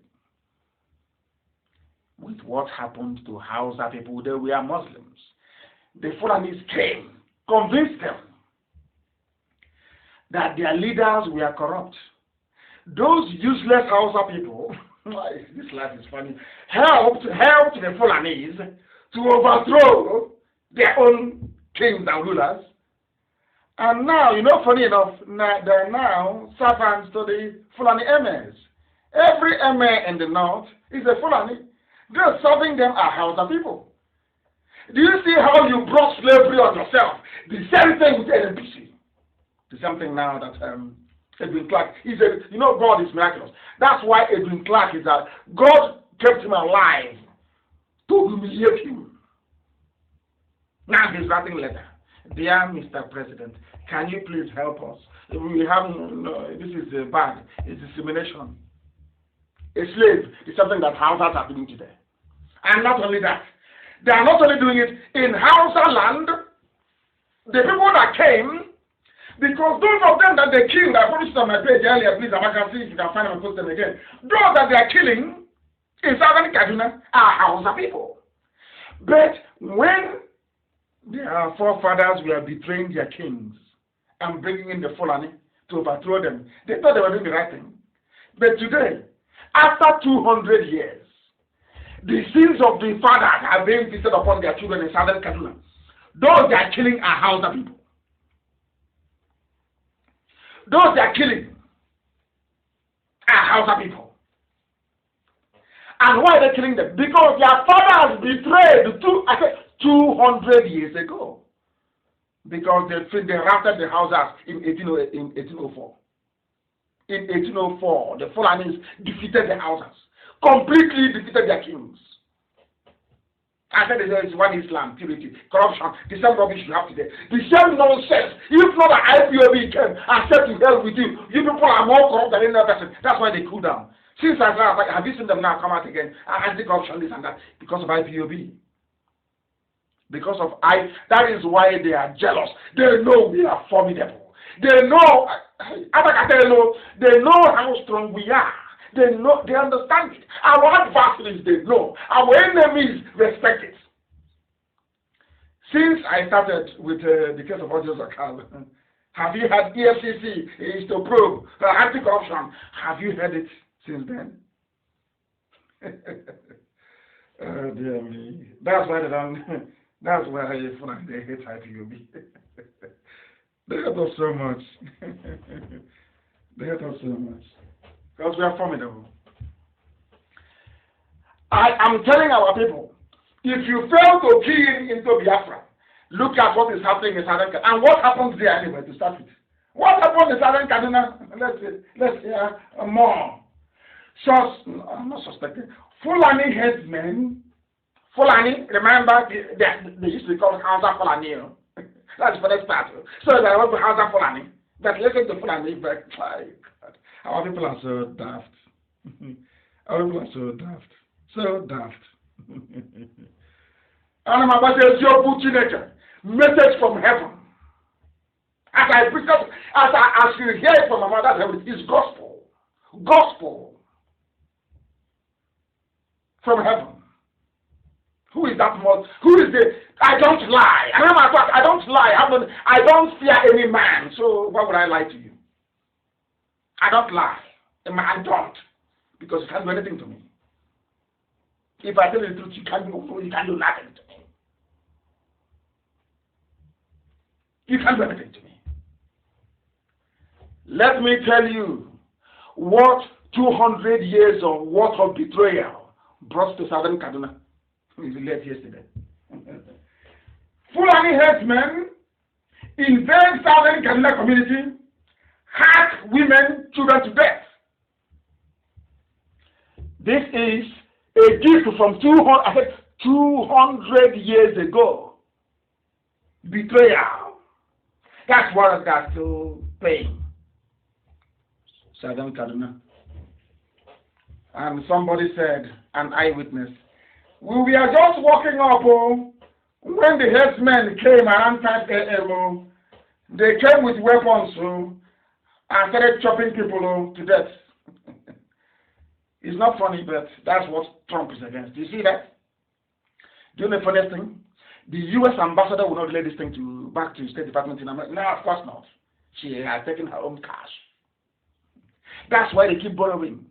40 billion here, 30 billion there, 80 trillion there. They keep borrowing. Because as they are Fulani thrives on terror, they can't fight a war. They are not warriors. They are not. Believe you me, they are not. When Ottoman Danfodio came, Ottoman Danfodio convinced Hausa people to fight their kings. The Fulanis never fought. They had the monarchies of Hausas. That is why I make the Hausa race is a very good race. They are good people. I keep saying it morning, noon, and night. Hausa people are good. Very, very good. Arguably the best people in West Africa. Hausa people are very good people. By nature, they are good. If you see any bad Hausa person, know there is a Fulani blood in that person. No Fulani is nearby. Hausa people are good. Very good. Now, they were foolish 200 years ago to have allowed the Fulanis to come to defeat their kings. Today, they are paying. They are being hacked. Hacked to be. These people are evil. Fulani. And you say to a British diplomat, can't you see what is happening? Oh, no, it's water scarcity in the Sahel. And I said to the man, this terrorist put a knife to somebody's throat. He said, no, it's water resources. I thank God that Trump has listened and has done something about it. And we're not going to rest there because they will be pumping more money to officials of State Department. They will be pumping more money. They will hire even far more formidable consultants. They will do that. They will go to PR agencies. They do everything. CNN, their budget will increase. Look at the death of one man in America. The whole world is at a standstill. But people are being slaughtered every day like chicken. Every blessed day. Not one single protest. Not one. And when IPOB come out, he doesn't think you're protesting. You want to be killed. You're protesting. Can't bring your children to protest. You see, stupid people. But nobody's asking those protesting all over the world, oh, God, bring your children down. Do you see the way a black man reasons? Do you see how warped? Do you see why we are slaves? Do you see why black, because of the way we reason, the way a black man reasons is astonishing. Astonishing, I tell you. I tweeted it earlier, I tweeted earlier, that I endorse the protest going on in America over the horrendous killing of George Floyd, which is dreadful. And the Nigerians protested. The death of the church, which is regrettable, Nigerians protested. And I'm asking Nigerians, who is going to protest the death of women and children from Southern Kaduna? Do you see the hypocrisy of a black man, of a Nigerian, hypocrisy of the highest order, hypocrisy upon hypocrisy? Devilish people. When you tell them the truth, they look for one allegation and concoct and put on your head. That's how they are. Everything Nigerian is evil. Everybody who stands up there in Nigeria is an evil. God knows that person is the embodiment of iniquity. You are protesting in Abuja, protesting in Lagos for George Floyd. Who is going to protect the daily massacre of children? Oh, because they are not on it's not a good. You have nothing to gain from it. You're not going to make your Facebook page look nice. That's why God looked at Africa and said, I'll give you Biafrans. If they can stand on their own, I'll bring light into Africa. If not, you are doomed forever. You don't know how God was. Don't you know? God saw black Africa and said, you people are evil. But I will pity you. It's just like a diamond encrusted with dirt and mud. Go and look for it and wash it clean. That's what Biafra has come to do. If you don't know. Without Biafra, you're all in darkness. From generation to generation, you're finished. Yeah, Nigeria has to protest at the U.S. Embassy in Abuja. Can you believe that? When people are dying every blessed day, George Floyd was killed, sadly, of course, by a law enforcement officer.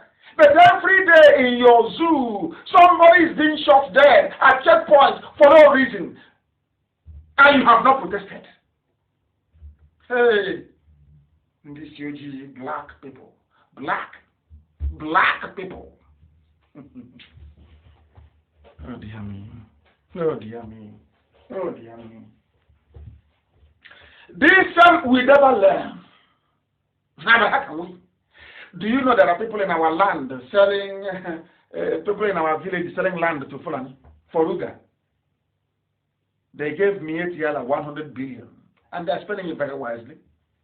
They have their CFO everywhere. I'm not Obunike. People can't hate that it's not Obunike. What is that Nama doing there in Obunike? What is he doing there? Who lives there? Oh, they have come. They will just sell the cattle. After a while, they go. They think they are talking to children. We are kids, yes.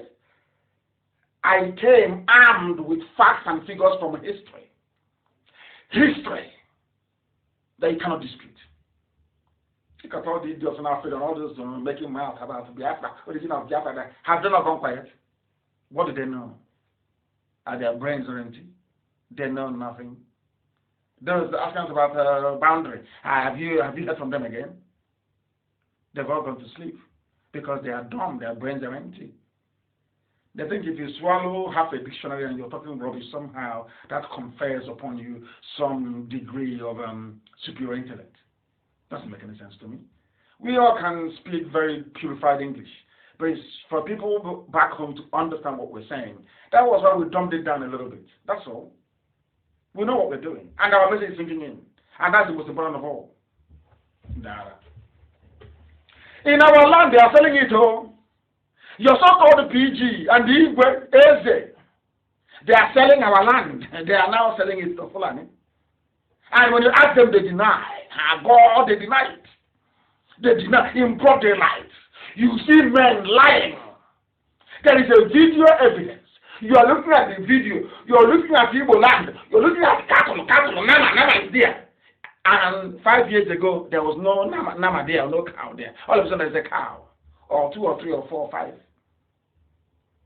And they are putting up structures. Oh, leave it. It's not, but it's who did it?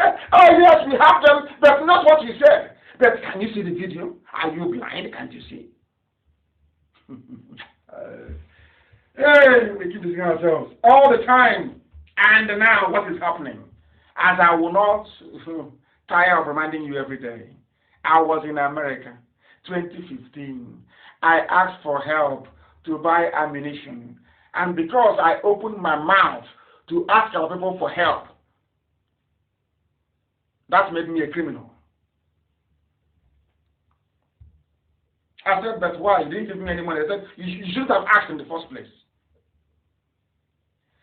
And now, I want to read this to you. It's called Penny Wise, Pound Foolish. Stupidity of the highest order. I told you about black people, including some Igbo as well.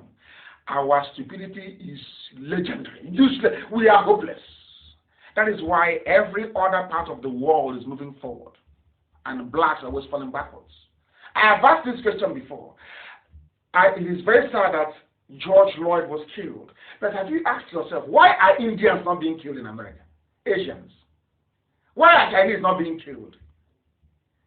Why are Latinos not being killed the way they're killing blacks? Why? And you're in the streets jumping up and down because of George Floyd. When black on black violence in America is oh my God, out of this world. The figures. Because we are blacks. We never tell ourselves the truth. The truth is so painful, you don't want to hear it. As black on black violence in America, have you ever rallied to stop it?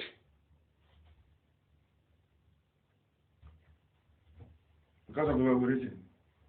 The presidents, this is according to some newspaper, the presidents general of town unions in the southeast have asked the people to get ready to defend themselves. There's something I said in 2015. In 2015, I said it. In 2015. Now, those in the village are saying the same thing. Yet we don't learn. We don't learn. And how can God love you? How can you say that God will love you? With this way of reasoning. Now, the PGs are now asking for defend yourself. So we are just going to no organization, nothing. The Fulanis are organized.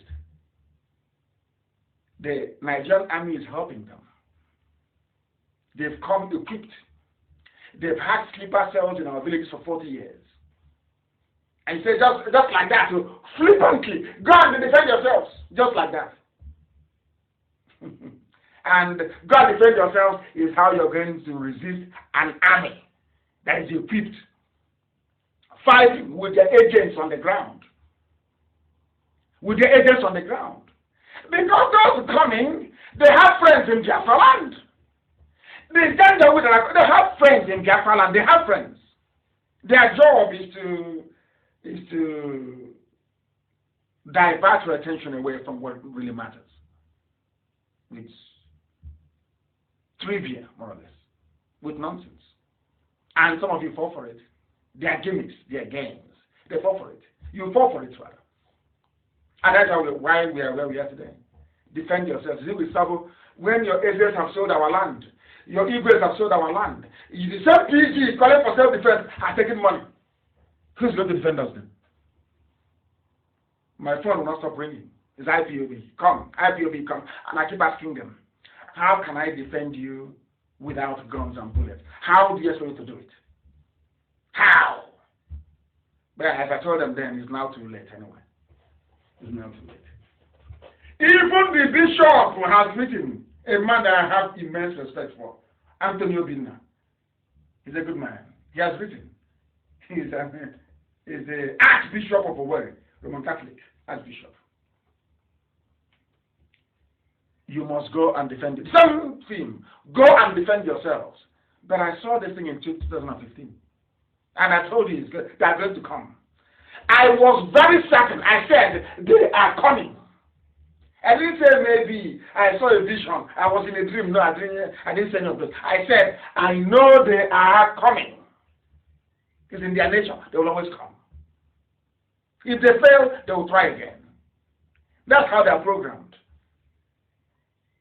They're like a piece of software. It's wired in their DNA. They must come. And haven't they come? Have they? How come none of the saboteurs is making reference to what I said in 2015? Traitors. They can't. To put them to shame. And he was in America said, no, that it's one Nigeria, that they have one hotel where politicians are lodging in Abuja. So because of that, if you want to spoil their business, one has a face me, I face you in Abuja, in Lagos. So why should I support Biafra or defend our home? But it has come. And I feel sorry for you. You are pompous and you ask, why won't I be arrogant? Why won't I be pompous? Did I warn you? Did I not tell you before? What did you say? What did you say when I told you that they are coming? What did you say? What did you do? All you did was to betray, to go and call our back here, to bring Buratai to come and kill as many of us as possible. There is a saying also where I come from. And there's no decay anymore. Has that ever occurred to you before? You've not heard about that before in the village. Let's kill the hero. Let's kill the hero. Let's drown. Something that requires a hero to defend the people has come. Now you start running around looking for a hero to defend you. You want to go to war with the Janjaweed. There is no general. You have no general. I want to go to war. Or you want somebody who works with them to lead you in battle. Like Afonja did in Ilorin. The big is Afonja. You know, so you don't know?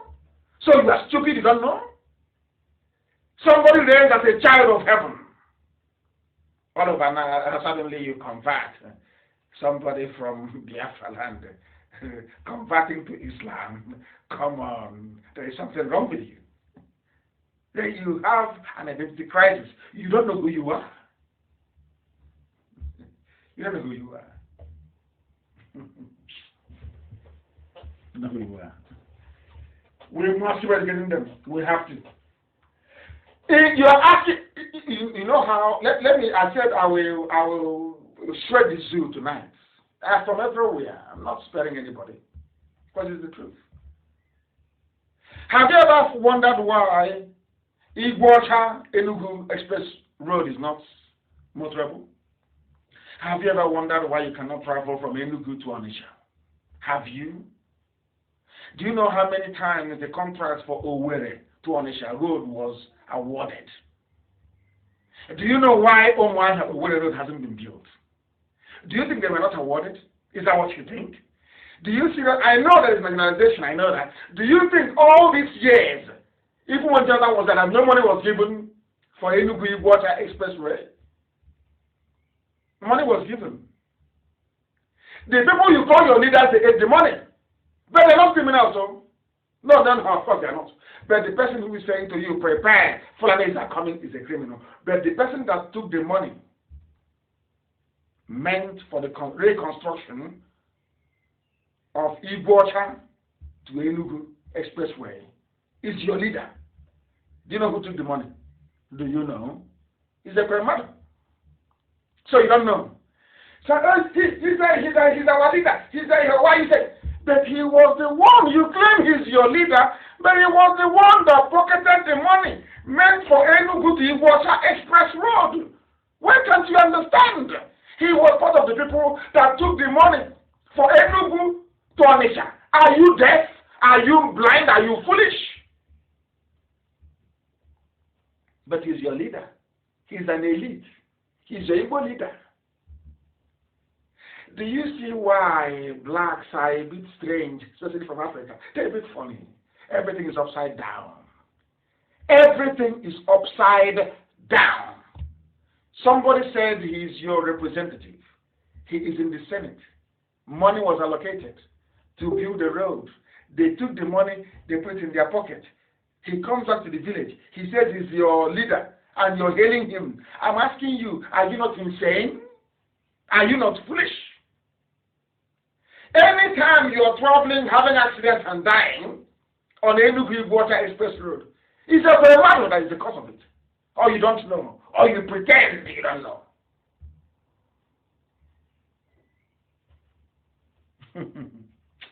You people, I mean, you people are funny, very funny. Do you see the difference between you and the white people? Do you now see the difference between Black Africa and Asia? Do you see the difference between Black Africa and South America? It's not that God made them any special. The only difference is how they reason. That's all. Simple common sense. They manage to get, it's called enlightenment, common sense. How they know how to reason properly. That this man, we gave you money, which is commonwealth, to build a road that benefits everybody. You put it in your pocket. You must be a bad man. But in Africa, you're a hero. Do you see the difference? If I were to be a white man, and I'm in America or elsewhere in the world, and I say to my government, danger is coming, there's going to be an invasion. Prepare. And they don't prepare, and that invasion happens. They'll come to me to ask me first, what do we do? How do we do this? That's how it's done. But in Africa, in this zoo, and I'm sad to say, in Biafra land, somebody saw death coming, saw danger coming, warned you, and that person is a thief, is a criminal, and you didn't give him any money, but he's a criminal. Just understand, see how blacks are, even those in America. They have PhD from Princeton in America. That's how daft a black man is. Our stupidity is almost natural. How foolish we are is natural. Because they're in America, they're enlightened. They've studied, they've read. They're in a place where people are enlightened. Why would they reason like primitive baboons in the Congo forest? I don't understand it. Now, somebody came to you and said, we are dying. Prepare because death is coming. You said no. That person is a thief. But the person that took the money that should build a road for us to connect us is a hero. And you're telling me that those people are normal. You're telling me somehow that you regard them as human beings. You must be dreaming. That's how monkeys be. Even monkeys reason better than us sometimes. If I say that a monkey, a carnivorous monkey in a zoo reasons better than some of our people in America, will you believe me? Will you believe me? People, we are in the 21st century. There is death coming. It has come anywhere. And all the time my phone is ringing. They are here. They are attacking. Do you think, and didn't I warn you for how many years that Yoruba churches will put you into trouble? Did I not warn you? They will condition your brain. As they are killing you, you will see it, but you can't do that. Did I not warn you? Did I not warn you about Yoruba newspapers? Yoruba media? Did I not warn you? They will be slaughtering you. That's what my friend is Kayode. We went to school at Ogogomaiko. But they'll be killing you. Kayode will not talk about it. Don't you know that? Don't you know? Did I not warn you? Somebody that came and warned you is a bad person. Do you see how blacks reason? I came to you and I said, oh, there's danger. There's fire burning. Fire is coming to your house. Please bring out your child. Fire is burning. It's coming. You say, oh, no, you're a thief. No, I won't come out. You're a thief. And then you saw the arsonists, people pouring petrol or whatever, and inflammable liquid and accelerants to burn. Now, when the thief now came, set your house on fire, you don't say, hey, I heard you, thank you very much. You're a good man. You're our leader. Hey, black people from Africa, God forbid. God, such stupidity we possess is incredible. Incredible stupidity. They're protesting for George. Look at that woman slaughtered in southern Kaduna. Who will protest for her? Black people, Africa. And you want God. You are full of hypocrisy. Instead of you to come and say, oh, please, we are sorry. Nnamdi Kanu, oh, we apologize. We are sorry. We are foolish. You try to cover up your foolishness. I say, you want us to give you our money. They're in your village. You know the funny thing about now? We are writing all our history, mentioning all your names.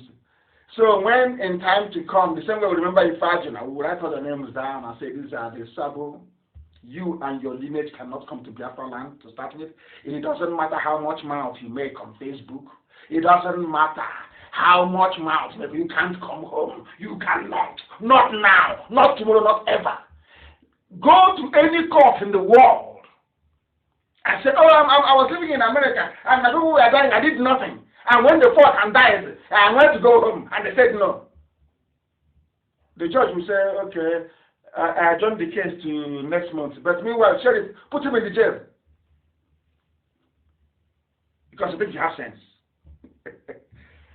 Oh, dear me. Look at the zoo. In Igbo land, somebody that stole money to build a road from Enugu to Igboacha that you call Port Harcourt to, of course, very foolish thing. He's a leader. He's a political leader. He's the leader of this day. He's the leader. He's an elite. Oh, don't beat him in Germany. Look at what you did. He's a leader. But when you drive along the road, you don't ask yourself, why is the road so bad? It's bad because somebody ate the money. He took it, he pocketed all the money. And he's a leader. The same way they voted for Abiola. Abiola defrauded Nigeria. In the next few days, you do June 12th, the public holiday, for somebody who was a thief. Onyoshi, a thief. In brother, but he's your leader. But all the young Yorubas fighting for freedom, you insult them. Oh, you're begging us for money now. Shebi, you know, see. Aye. This your G black. But Abiola that stole money, forged the check from 40 million to 400 million. You cannot see it. There is nothing wrong with it. Now you know. Can't you see that you're not black for nothing? Perhaps a bit of ignorance here and there and stupidity here and there. Can't you see? There are young Yoruba people, young men, vibrant, fighting for liberation. And you're calling Tinubu your leader. Tinubu is your leader. Alexander the Great conquered the world at the age of 33. Jesus Christ, Yeshua, conquered his enemies at the age of 33. Hey, he's a young man, But when these people were empowered, the white man left, they were all in their early 20s, all of them. Nobody called them that time a young boy or small boy. It's only in our generation. Because we are daft, very daft. Black people, we are. Let us be honest ourselves, we are useless. Let's be honest. Stop all this stupid sentiment, useless sentiment. Let's stop being stupid and using. Reason, for goodness sake. Stop all this your hopeless sentiment. Do you know how whites fought to be where they are today? Simple thing there, it was just to reason. Enlightenment. That started with the Medicis in Florence in Italy. Simple thing. We must subject everything to reason. Reason. Why was it possible? Instead of to say, oh, we are sorry, we made a mistake. Oh, how was it possible that Nnamdi Kanu came to America, told us the planets are coming, we didn't do anything about it? Why, instead of that, a black mind is devilish and black. You twist it. Because you're evil. You are evil, you twist. And we want God to love you and to bless you. You must be drunk. They steal your money. International thieves stole your money, but in June 12th, I remember Abiola. He's only candidate. It's June 12th, but the man was a criminal.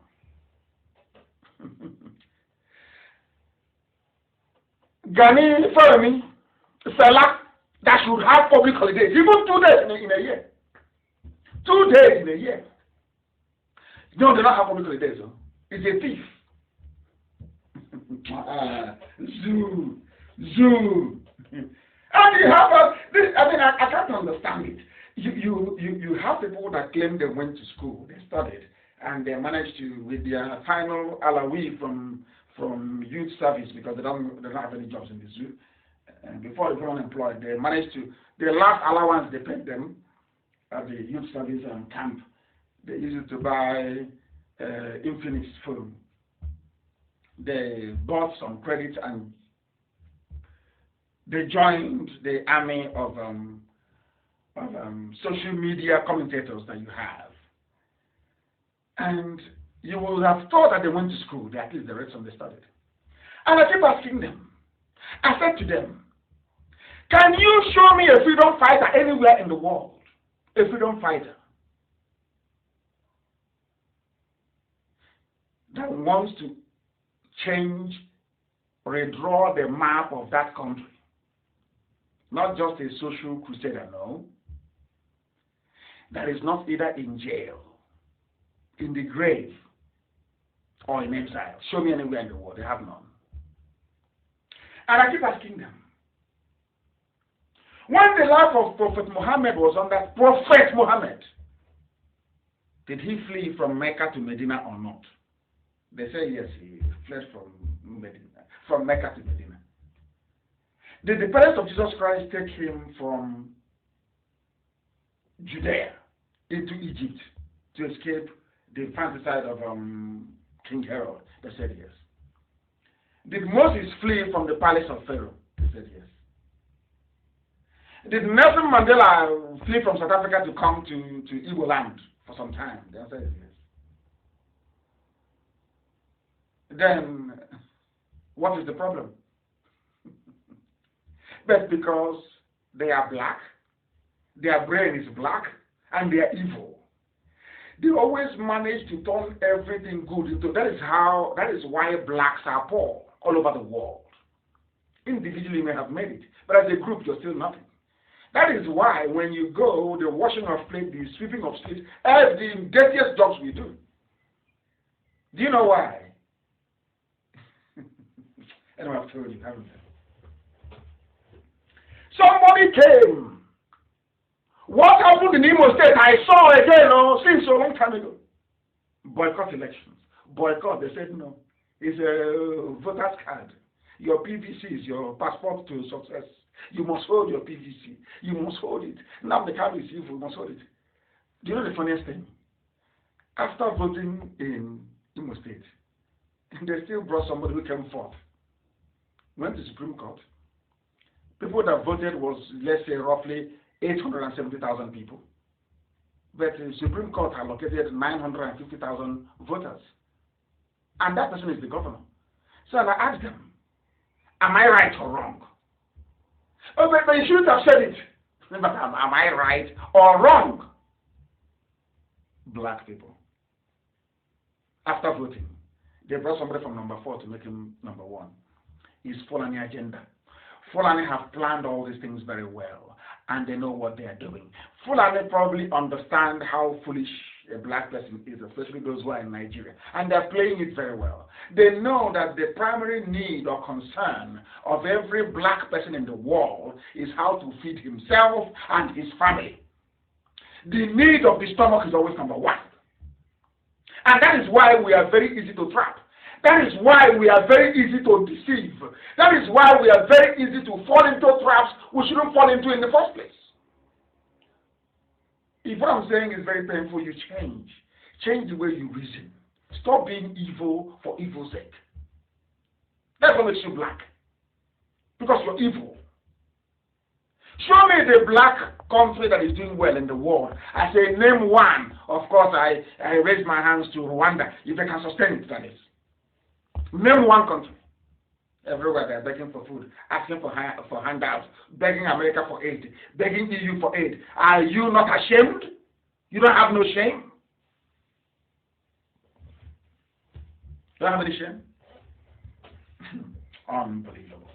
Unbelievable. Any freedom fighter, anywhere in the world, you get off, you enter a taxi, you go to shopping center, you go to shopping mall. My friend, you are deceiving yourself and the idiots around you. You are not a freedom fighter. Mad people everywhere. Don't vote, you voted. Now they've given you somebody from number 4. Don't vote, you said you are voting. Now there is no Buhari, there is no Subajo, nowhere to be found. No Budatai, you can't ask questions. You cannot ask. You cannot. How can you ask? How can you ask? Very, very sad indeed. Our people must change. You must change. Nobody hates anybody, but you must change. You must change. We've been preaching this thing time and time and time and time again. Because it seems to me we have limitless supply of traitors. And you'll be shocked. In Biafra land, at least we have 30% of the population are traitors. 30%. If I tell you what is happening in my village, you will not believe it. In the way I come from, you won't believe it. Some people went to DSS to ask them to come and conduct election for them for PG, somebody who will sell land. Because I'm not home, and I've just buried my father in February. All they care about is how do we sell land. So they couldn't succeed. They now went to they wrote and they went to DSS for DSS of all people that came to their village and killed for DSS to come and help them install somebody as PG so they can start selling land. Do you know that? And we are waiting for the DSS to come. Come now and put in PG. Let's see. Do you see how what they have done to us? Some of the so-called PGs you have in your land, they are all DSS recruits.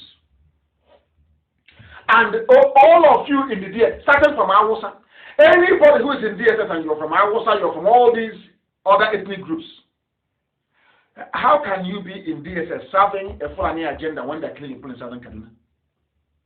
I'm asking all of you in DSS, all of you in the army, all of you in the police, do you have shame?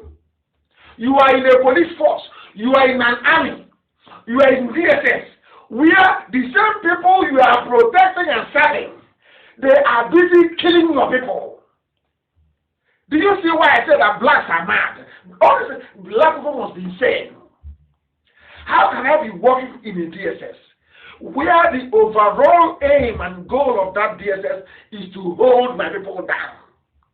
Maybe not to hold me down personally, but to hold my people down.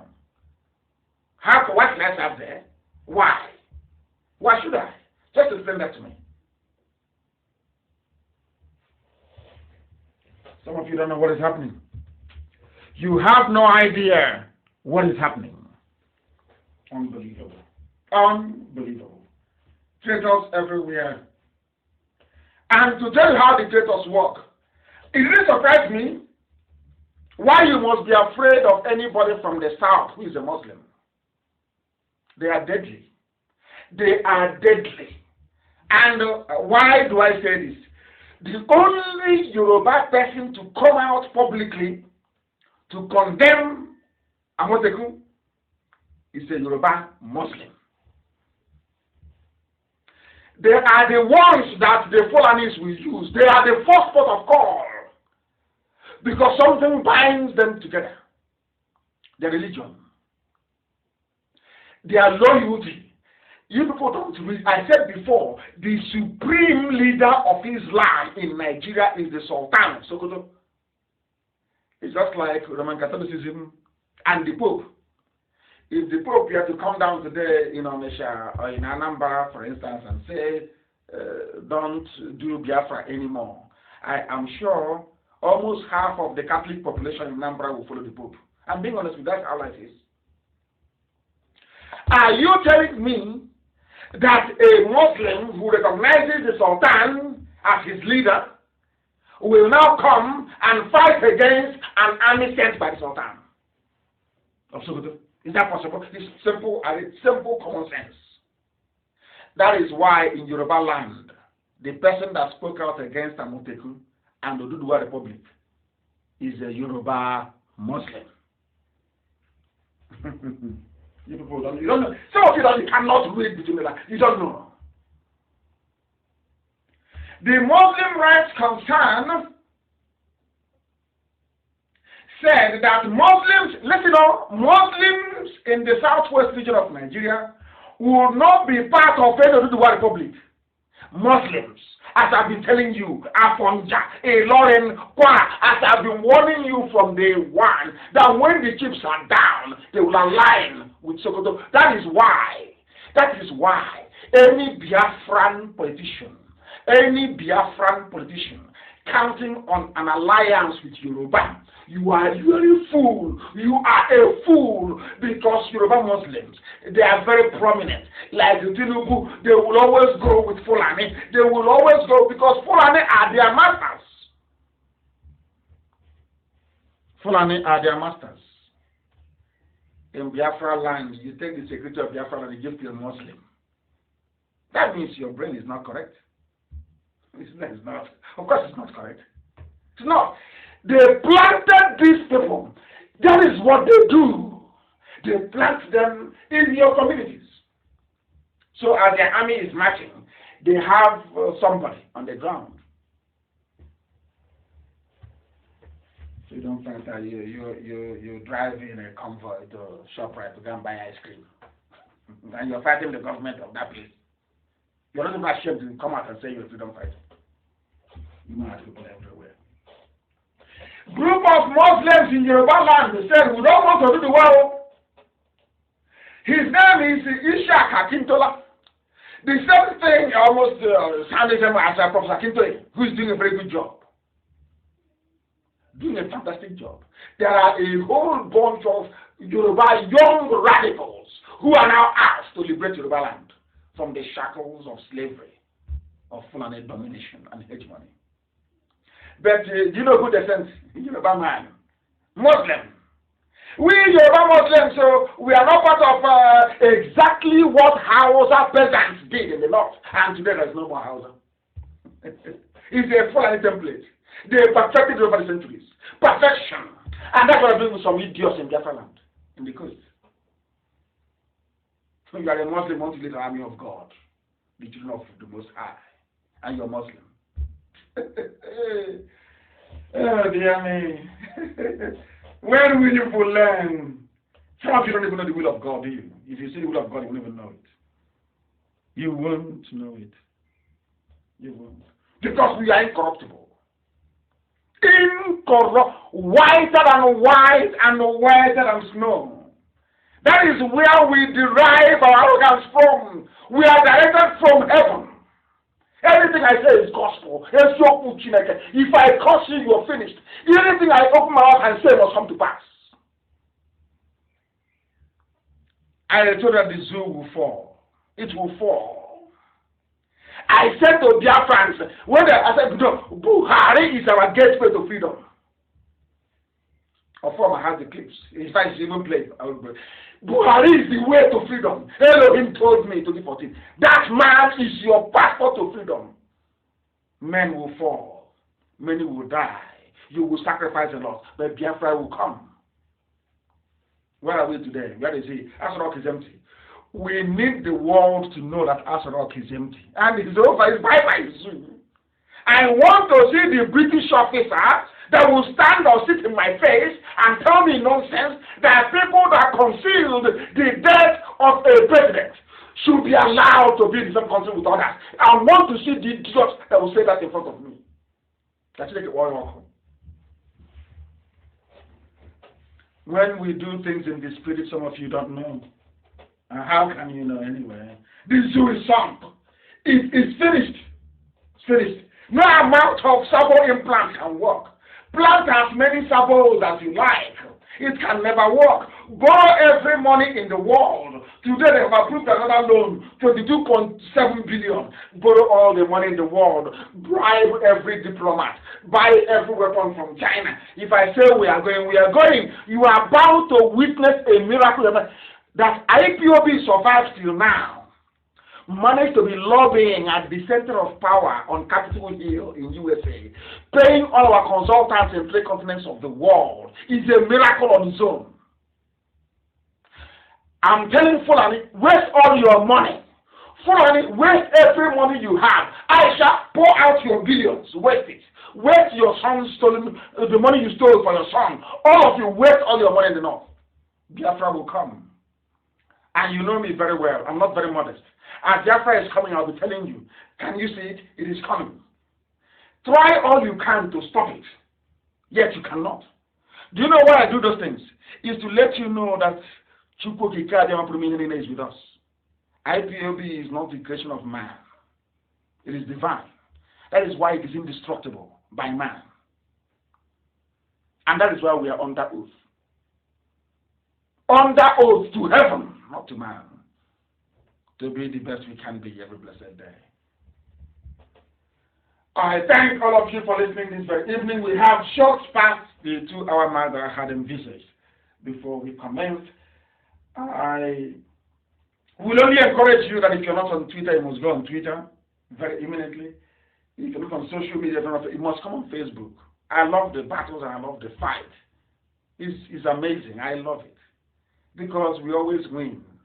At the end of the whole process, as we won yesterday, as the criminals accepted yesterday, they took money from us, there is no feeling better than that. It's amazing. It's a very beautiful feeling. I love to fight. And that's how we're going to fight for Biafra for 75 years non-stop. Once Biafra is proclaimed, we will work in Biafra land day and night, 24 hours every blessed day for 75 years non-stop. Every day, we will walk around the clock. At night time, we put on the floodlights. Our roads, our bridges, our schools, every blessed day, we will work for 24 hours for 75 years. We won't be around for that 75 years to clock. But they won't forgive us. They will not forget us. We can forgive our enemies, but those to come cannot forget our achievement. That is why we are special. That is why IPOB is, that if you say IPOB to a family man when they're sleeping, they have convulsion. We are the only people they're afraid of. Not all these chaps everywhere. Only IPOB. You don't go to war without a general. And when the time comes, they will see it. They will know how serious we are. But thank you all very much for listening. Especially our white friends who are all over the world, especially in Argentina. So for them, my lectures here is much a religion to them as it is to us. That is why we proclaim with every certainty, with every pride and conviction, that Biafra is our religion. Here on radio, Biafra is where we worship, because Elohim is our God. I thank you very much for listening. And from me, from here, it is good evening.